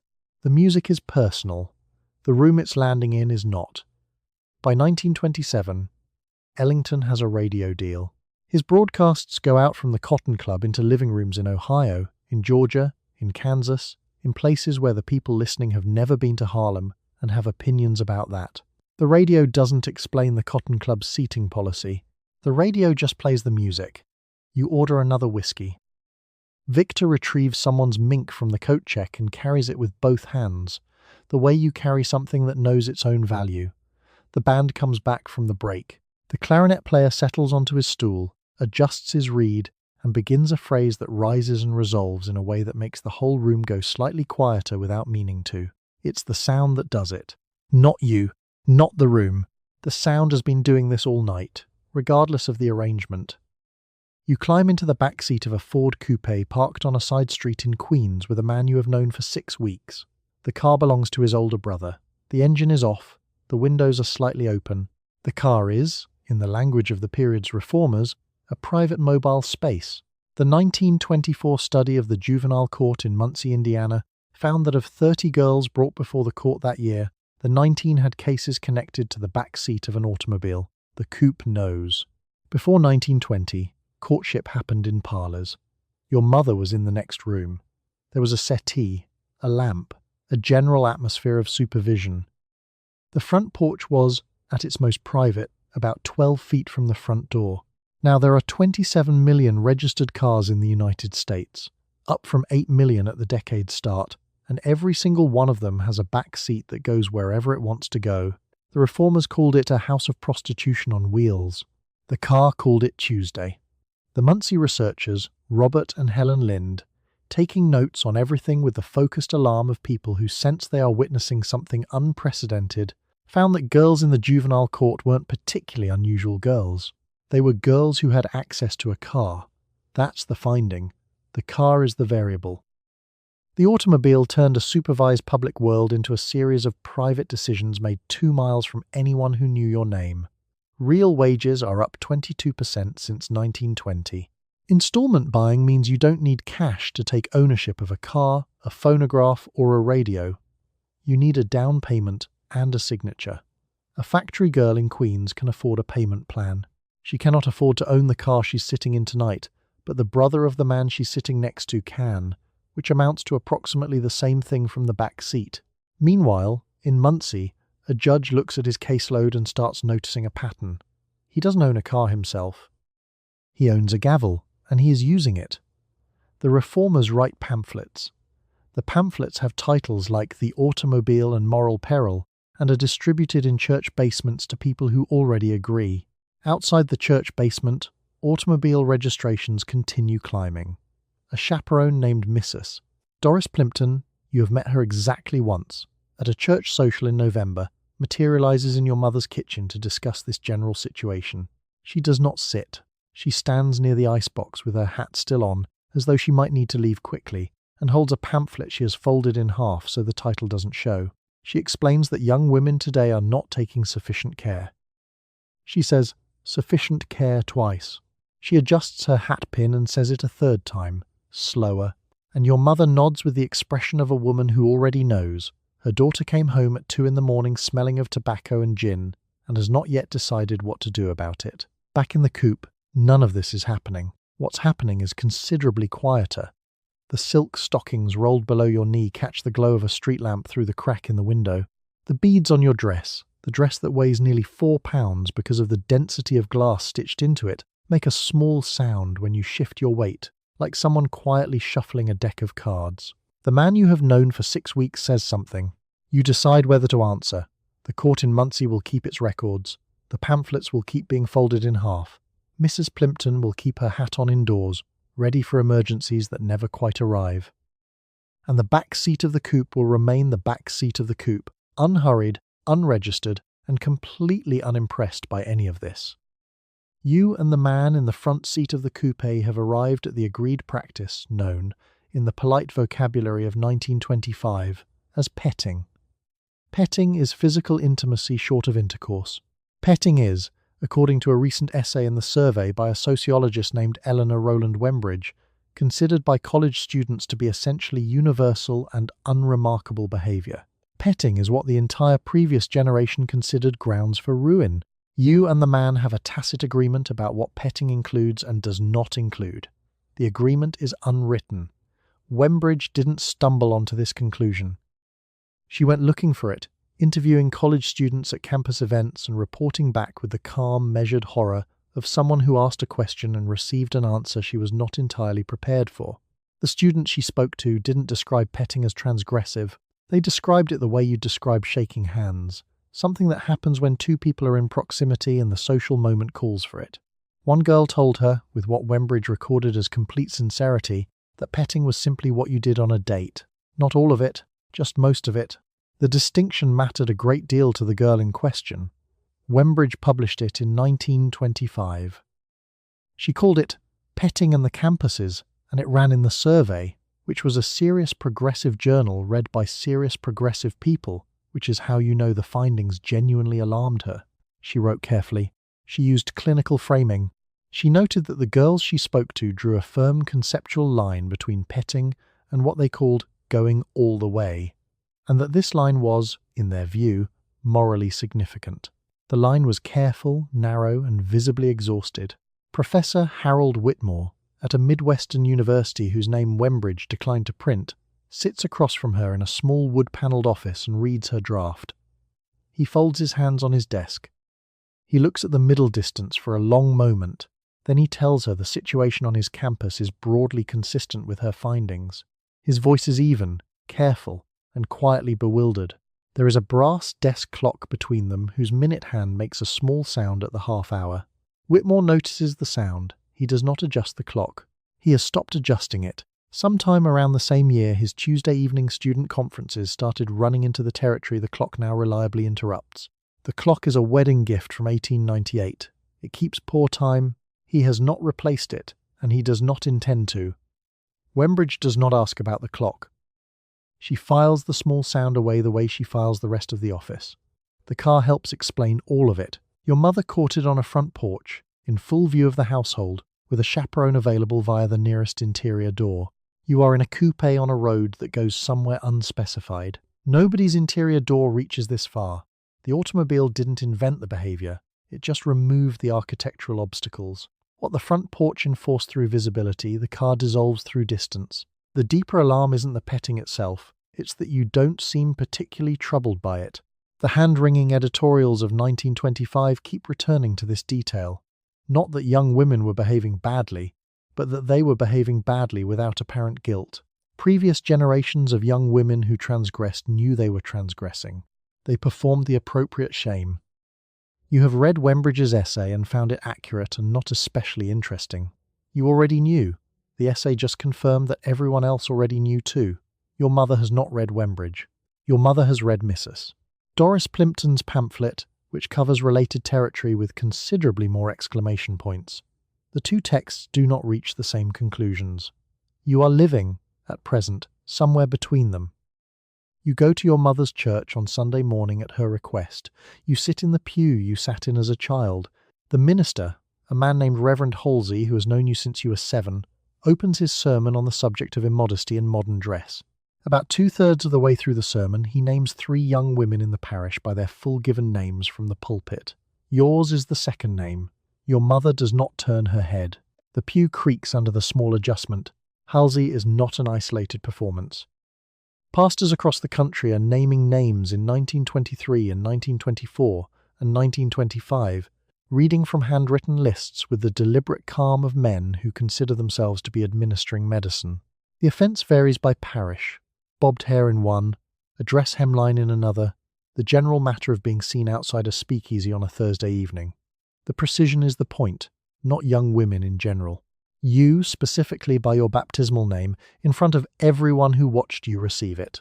Reverend Halsey moves through his remaining points. The congregation stares forward.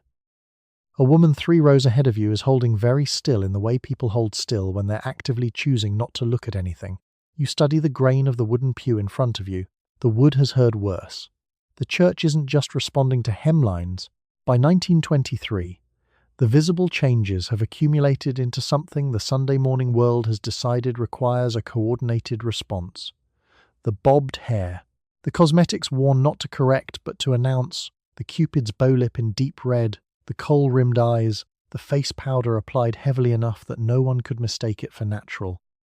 Billy Sunday, the former baseball player turned revivalist preacher, is holding stadium-sized meetings and describing the modern girl in terms usually reserved for weather events. He is not subtle. He has never been accused of subtlety. He fills seats the way jazz fills a room, loud, continuous, and with complete confidence that the walls can take it. Mrs. Hargrove, who runs the church's women's auxiliary and has sat in the pew directly behind yours since 1908, leans forward during the closing hymn and places one hand briefly on your mother's shoulder. Not your shoulder, your mother's. The gesture carries an entire conversation inside it, and none of that conversation is about you. The religious alarm runs alongside a medical one, though the two rarely meet in the same room. Arabella Keneally published Feminism and Sex Extinction in 1920, with the argument that women who adopted masculine dress and habits, short hair, physical freedom, cigarettes, were biologically compromising their reproductive capacity and, by extension, the future of the race. The book was reviewed seriously. It had footnotes. It was the kind of argument that aged the way bathtub gin ages, which is to say quickly and badly, but in 1920 it had tenure. The denominational response varies. Catholic dioceses are circulating guidance on appropriate dress for young women attending Mass. Episcopal rectors are writing letters to their bishops. Methodist Conference minutes from 1924 contain extended discussion of dance, specifically the Charleston, which went national that year after the Broadway show Runnin' Wild, and which Zion, Illinois banned by municipal ordinance. Zion, Illinois banned a dance. The dance continued. The hymn ends. Reverend Halsey delivers a benediction. You stand when the congregation stands. Outside, the November light is thin and specific, the kind that makes everything look like a photograph of itself. Your mother walks beside you to the street. She doesn't mention the sermon. You don't mention the sermon. The space between you is fully furnished with things neither of you is saying, and both of you know the floor plan by heart. You arrive at a wood-panelled doctor's office on East 70th Street because your mother has insisted you see her physician about your dancing. The doctor is a man in his 60s with a Phi Beta Kappa key on a watch chain. He explains, in measured language, that there is a body of medical opinion that the physical motion of the Charleston, performed regularly, is dangerous to the female reproductive system. He explains that smoking damages women's lungs in ways specific to female physiology. He writes nothing down. The visit costs $5. The body of medical opinion he's referring to is not a study. It's not a paper. It's a general feeling, held by several men in similar offices, that the modern young woman is doing too much with her body and that this is going to end badly for everyone. The specific mechanism by which the Charleston endangers your reproductive future is not explained. You don't ask. The Phi Beta Kappa key suggests he's thought about it carefully, and that seems to be the end of the conversation. Dr. Beaumont knows what's wrong with you in 1927. He knows you are spending too much time indoors in smoke-filled rooms. He knows your hemlines have risen to approximately 4 inches below the knee, which is not a medical concern but which has been noted. He knows that women who entered the workforce during the war developed habits, independence, income, opinions about evenings that have not fully resolved themselves since 1918. He has strong feelings about this. He has framed those feelings in Latin. Dr. Beaumont, that's what the plaque on the door says. Not a first name, never a first name, hands you a pamphlet on the way out. The pamphlet is about nervous exhaustion. It has been printed on cardstock thick enough to suggest permanence. You fold it twice and put it in your purse next to your compact, which contains face powder in a shade called blush bisque and a mirror the size of a playing card. The pamphlet and the compact coexist in your purse without comment. Dr. Beaumont taps the pamphlet on the desk and slides it forward an inch. Neurasthenia. He pronounces it slowly. Behind him, a glass-fronted cabinet holds 3 bound volumes of the same journal, lined up neat, level, and quietly authoritative. The same diagnosis goes to the overworked businessmen who pass through this office on Tuesday afternoons. They are told to rest. You are told to stop dancing. A copy of Arabella Keneally's 1920 book sits on the second shelf of the cabinet, spine cracked from rereading. Keneally argued that women pursuing independence and physical autonomy were draining their biological capacity for reproduction, that feminism was, in a technical sense, a form of self-extinction. The book was reviewed respectfully. Dr. Beaumont doesn't quote her. He just adjusts the watch chain at his vest and lets the pamphlet do the work. You cross back into the hall. A nurse with her hair in a severe bun hands you your coat without making eye contact. Her hair has not been bobbed. Her coat is brown. She looks at your Cupid's bow lipstick the way someone looks at a small fire they've decided not to report. Outside, it's October. The air smells like exhaust and roasted chestnuts from a cart on the corner. You light a cigarette. You do this now.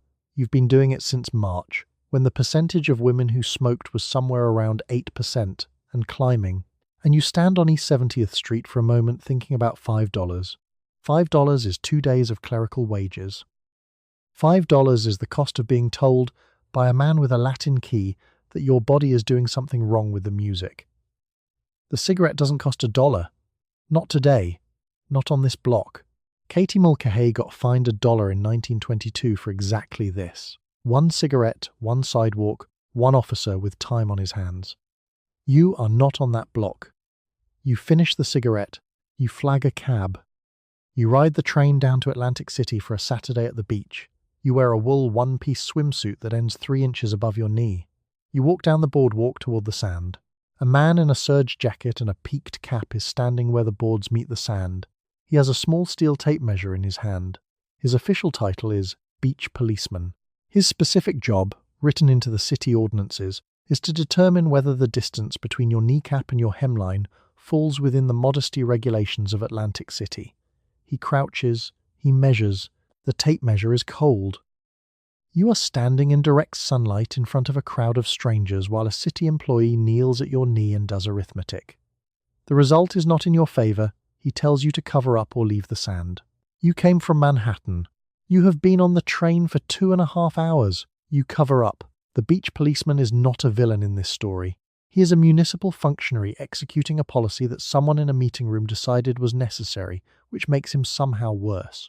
He has a clipboard, a form, possibly a second tape measure in case the first one disputes the finding. He does this all day, walking the length of the boardwalk with the calm efficiency of a man who has made peace with his career. In Ohio that same year, 1922, a judge sentences a woman to 10 days in jail for a swimsuit he judges too, revealing at a public beach. Not a tape measure. Just his eye, his bench, and his opinion. 10 days. The swimsuit was wool. It covered her to the thigh. The judge had thoughts about the thigh. The Utah legislature was working its own measurement that same year. A bill, introduced in 1921, debated with apparent seriousness, proposed fining any woman whose skirt rose more than 3 inches above the ankle. 3 inches above the ankle is approximately the height of a tall boot. The bill did not pass. Utah moved on. The women of Utah continued wearing whatever they were wearing, possibly at exactly 3.5 inches, living quietly on the edge of the law.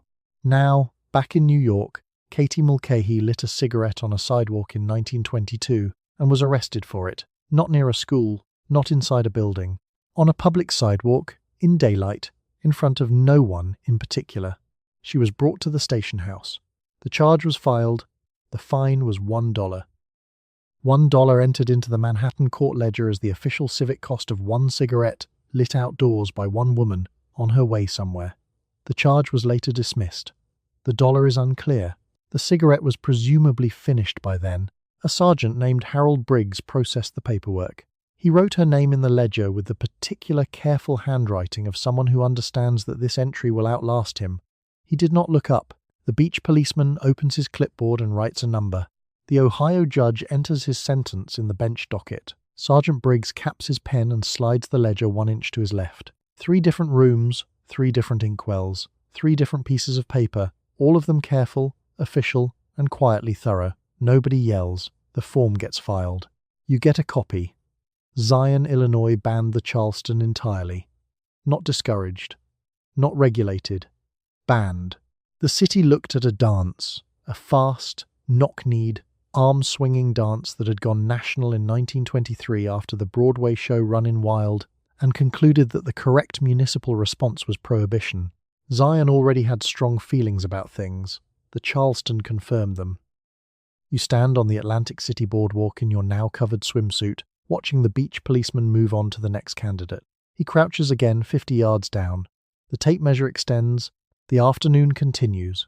Somewhere behind you, a vendor is selling saltwater taffy in a paper cone. The taffy has no opinion about hemlines. It is the only thing here that doesn't. You live, 4 nights a week, in a women's boarding house on West 22nd Street run by a widow named Mrs. Helmer. Mrs. Helmer locks the front door at 11 on weeknights and at 1 on Saturdays. The rules are written in pencil on a card pinned to the back of the front door. There is a list of forbidden items, gentlemen visitors above the parlour, alcohol, cosmetics applied in the public bathroom, hats indoors. The list has not been updated since 1908. The current tenants violate every clause of it daily. The bathroom holds 1 tub, 1 mirror, and 7 women's schedules. By 7:30 in the morning it smells like face powder, brilliantine, and one brand of rose water that everyone pretends isn't theirs.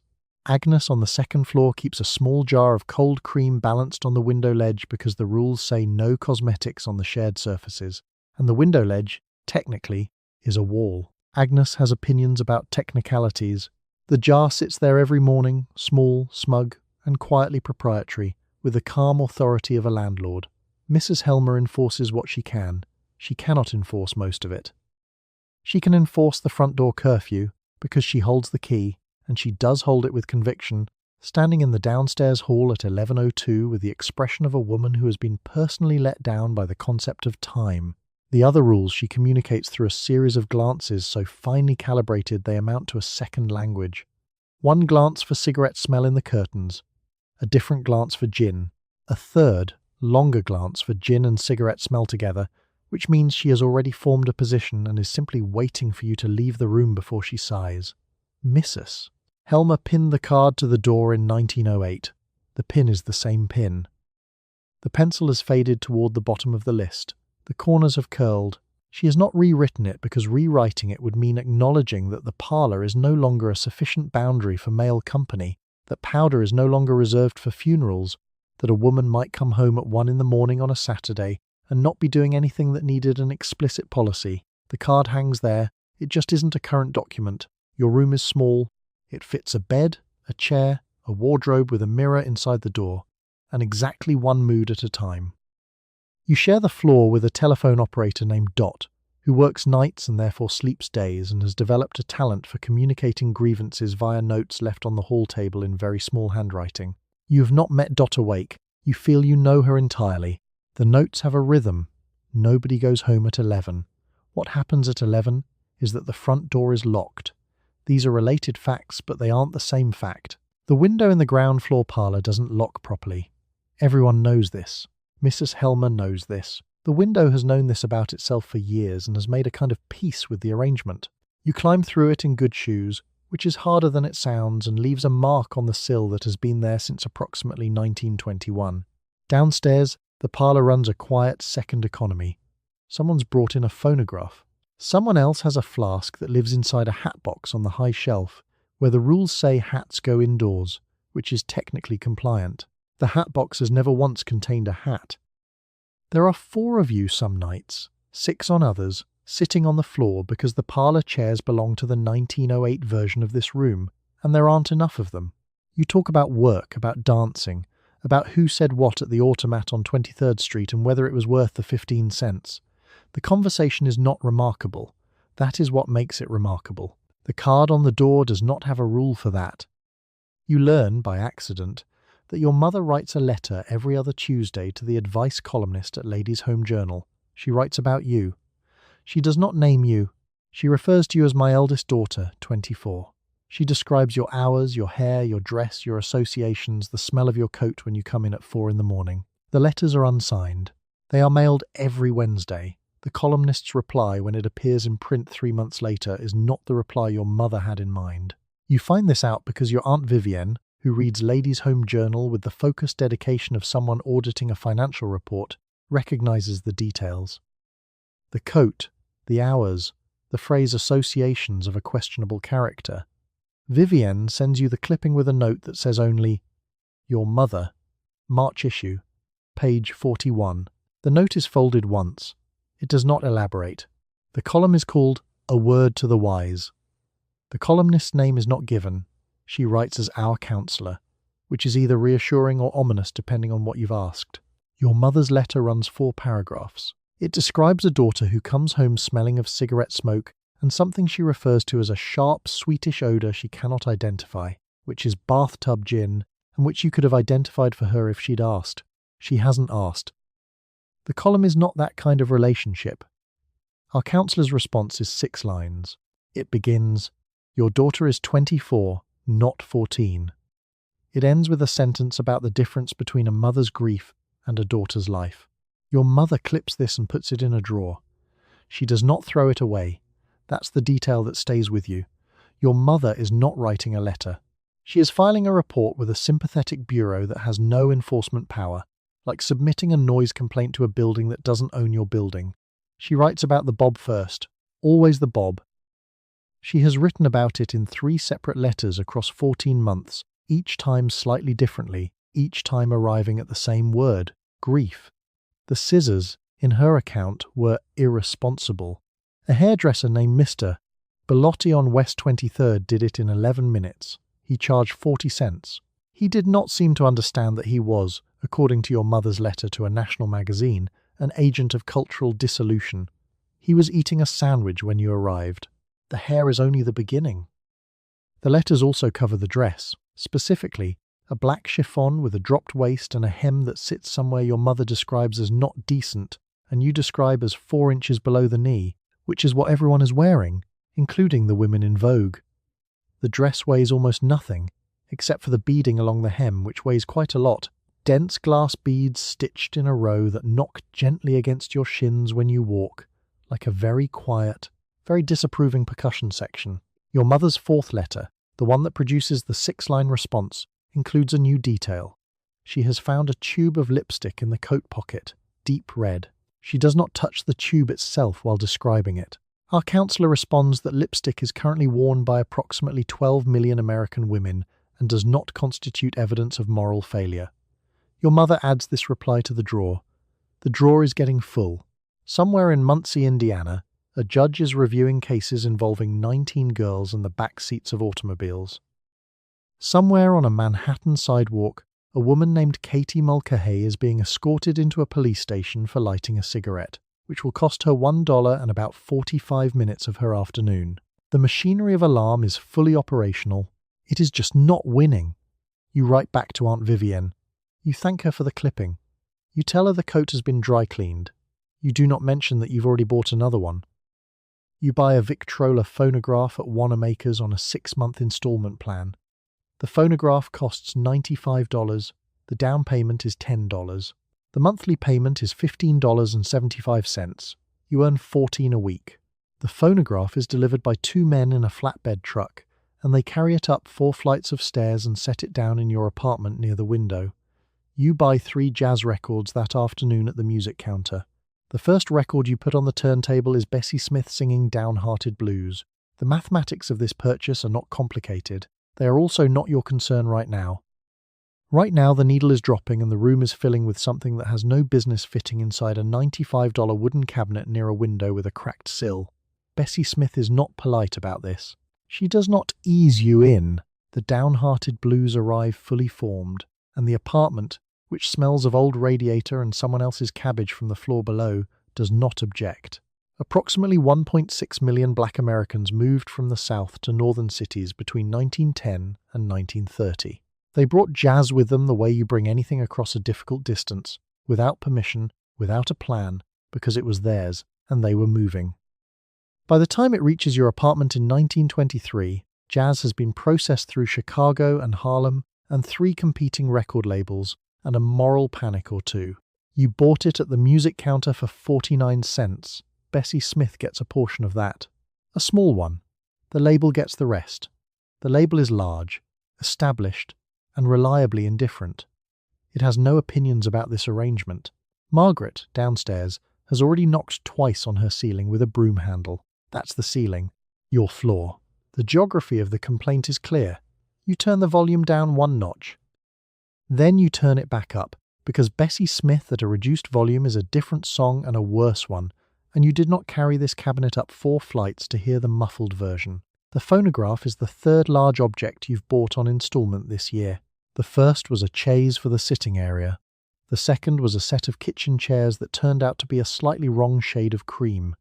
The phonograph is the only one that is earning its monthly payment. The chairs have no opinions about Bessie Smith, but they are present for all of it. The $95 doesn't exist yet.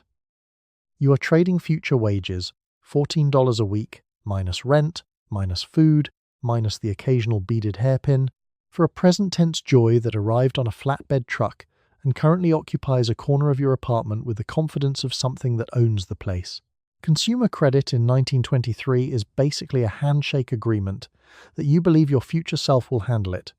Your future self has not been consulted. The second record you put on is Louis Armstrong. The third is a pressing of the foxtrot your neighbor Delia has been pushing on you for 6 weeks, claiming it's the one that makes you understand. You put it on. You stand in the middle of your apartment in your stocking feet. You understand. The floor is uneven and the radiator is announcing itself with a series of clanks that have no relationship to the rhythm, but your feet find the thing anyway. Nobody is watching. The kitchen chairs are watching. They are not going to say anything. By 1929, approximately 12 million American households will own radios. But in 1923, The Victrola in your corner is the whole broadcast. You control the playlist. You set the needle. You play the same 32 seconds of Downhearted Blues 3 times in a row because the third time something in it opens up that wasn't there the first 2 times. Margaret knocks again. You turn it down 1 notch. You are a reasonable person. The phonograph hums quietly in the pause between records. Not finished, just waiting. You walk into a basement room in Midtown on a Saturday night and, within the first 20 minutes, you do all 3 things at once. You order a drink at the bar. You light a cigarette. You stand in a public room full of strangers without a chaperone. The combination is what your grandmother's generation called, with no irony intended, the trifecta. Each of the 3 actions, performed alone in 1900, would have placed you outside respectable society. Performed together in 1925, in the same room, they place you at the bar. The bar is not a bar. It's a door, then a staircase, then a room that smells like sawdust and cigarette smoke and something juniper adjacent that the bartender is calling gin. By 1925, New York City contains an estimated 30,000 of these rooms, more than double the legal saloons that existed before Prohibition. The 18th Amendment did not reduce drinking. It relocated it, removed the lights, added a password, and charged considerably more for the same glass. The drink in your hand is a gin fizz. The gin was made in someone's bathtub in the Bronx, flavoured with juniper essence to cover the industrial alcohol base, poured into a bottle with a label that says something reassuring, and sold to this establishment at a markup that funds 4 different people's mortgages. You sip it anyway. It has opinions, sharp, harsh, and entirely unrepentant. The important thing is that it's yours. You ordered it yourself, you paid for it with money you earned, and nobody's husband had to approve the transaction. The cigarette is a lucky strike. The matchbook is from the restaurant upstairs, the one that does not exist officially. A woman named Vera is standing to your left, holding hers the same way, elbow bent, wrist tilted, like it's something they taught in a class, which in a way they did. The movies taught it. Clara Bow lit cigarettes in 11 consecutive pictures and 35,000 people wrote her letters that week alone. The cigarette isn't a cigarette, it's a demonstration. The $1 fine that Katie Mulcahy paid in 1922 for lighting up on a sidewalk is still technically on the books. You're underground now. The fine does not apply underground. No chaperone. Not at this table. Not at Vera's elbow. Not at the door behind you.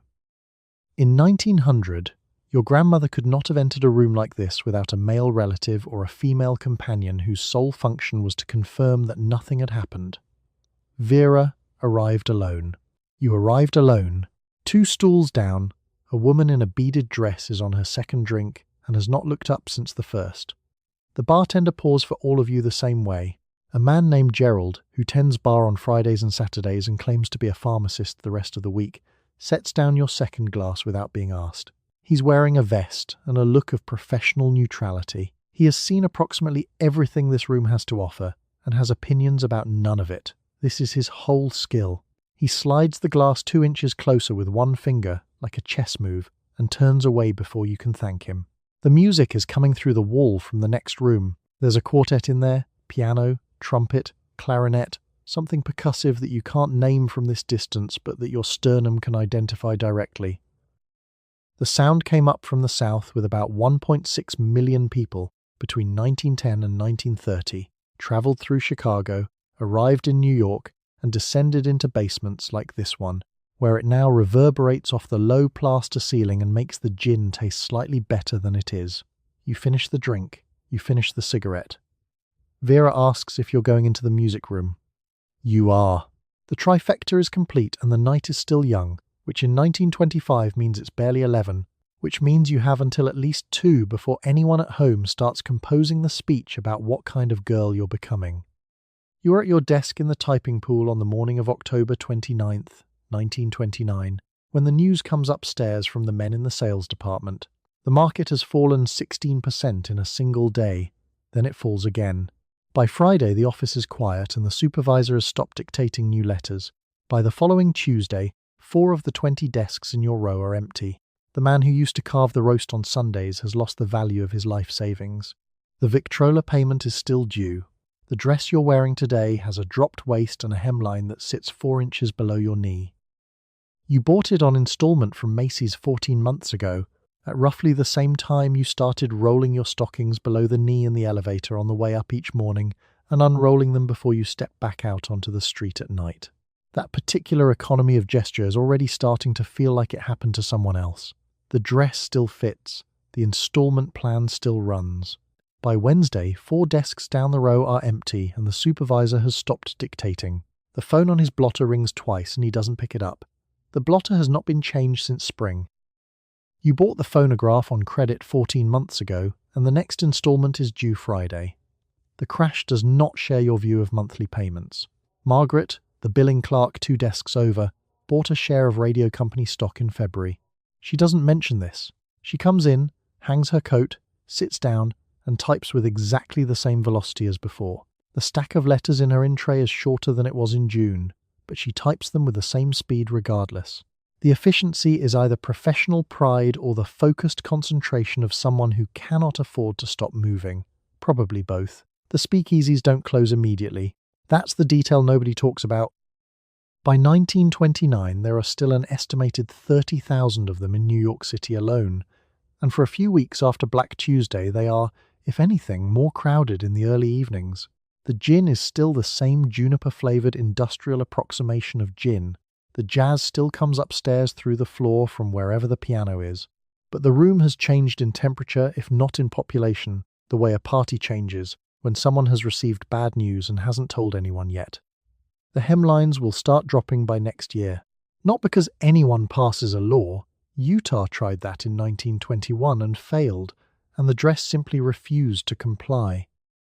The hemlines drop because Vogue makes a decision, and Vogue makes the decision because the cultural math has shifted.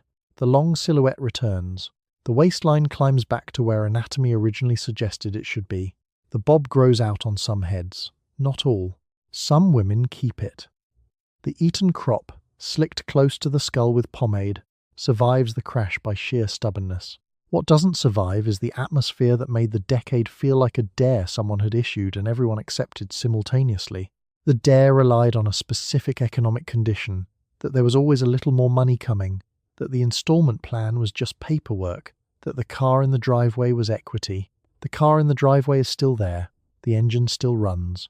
But 19 of the 30 girls brought before the Muncie, Indiana Juvenile Court last year had their cases tied to the back seats of automobiles. And right now the automobile is just a car again, and it's parked, and the gas costs money. You roll your stockings back up in the elevator on the way out. It's not a decision exactly. It's just what your hands do. You pull a dress out of your closet in the spring of 1930, and you can see, by holding it up to a current copy of Vogue, that it is no longer a dress you can wear. The hemline of the new collections has dropped to mid-calf. The waist has returned, quietly, to the natural waist. The bandeau is being replaced by a soft cup. You put the dress back on the hanger. You leave it in the closet. You will not throw it away. You will not wear it again either. The dress hangs there with the weight of a decision that nobody had to make out loud. Its heavy, beaded versions of this silhouette could run several pounds, glass stitched into every panel, and the weight is part of what made it feel like armour. You wore it into rooms where your mother wouldn't have been allowed. You crossed your legs and let the rolled stocking show at the knee, and you looked directly at people when you spoke. The dress knew what it was for. Now Vogue has issued a correction. A hemline means something specific when it moves, not in the abstract, in your body. 4 inches below the knee, 1927, feels like a different gait than mid-calf, 1930. The fabric makes different decisions about where your legs are permitted to be. The Utah Bill from 1921, the one that would have fined any woman whose skirt rose more than 3 inches above the ankle, didn't pass. It didn't need to. By 1930, the silhouette is doing the work the legislature couldn't. The production code takes effect. The Charleston has already been banned in Zion, Illinois for going on 7 years, and the pastors who read girls' names aloud from the pulpit are still in their pulpits. Billy Sunday is still Billy Sunday, but the decade doesn't end in a courtroom.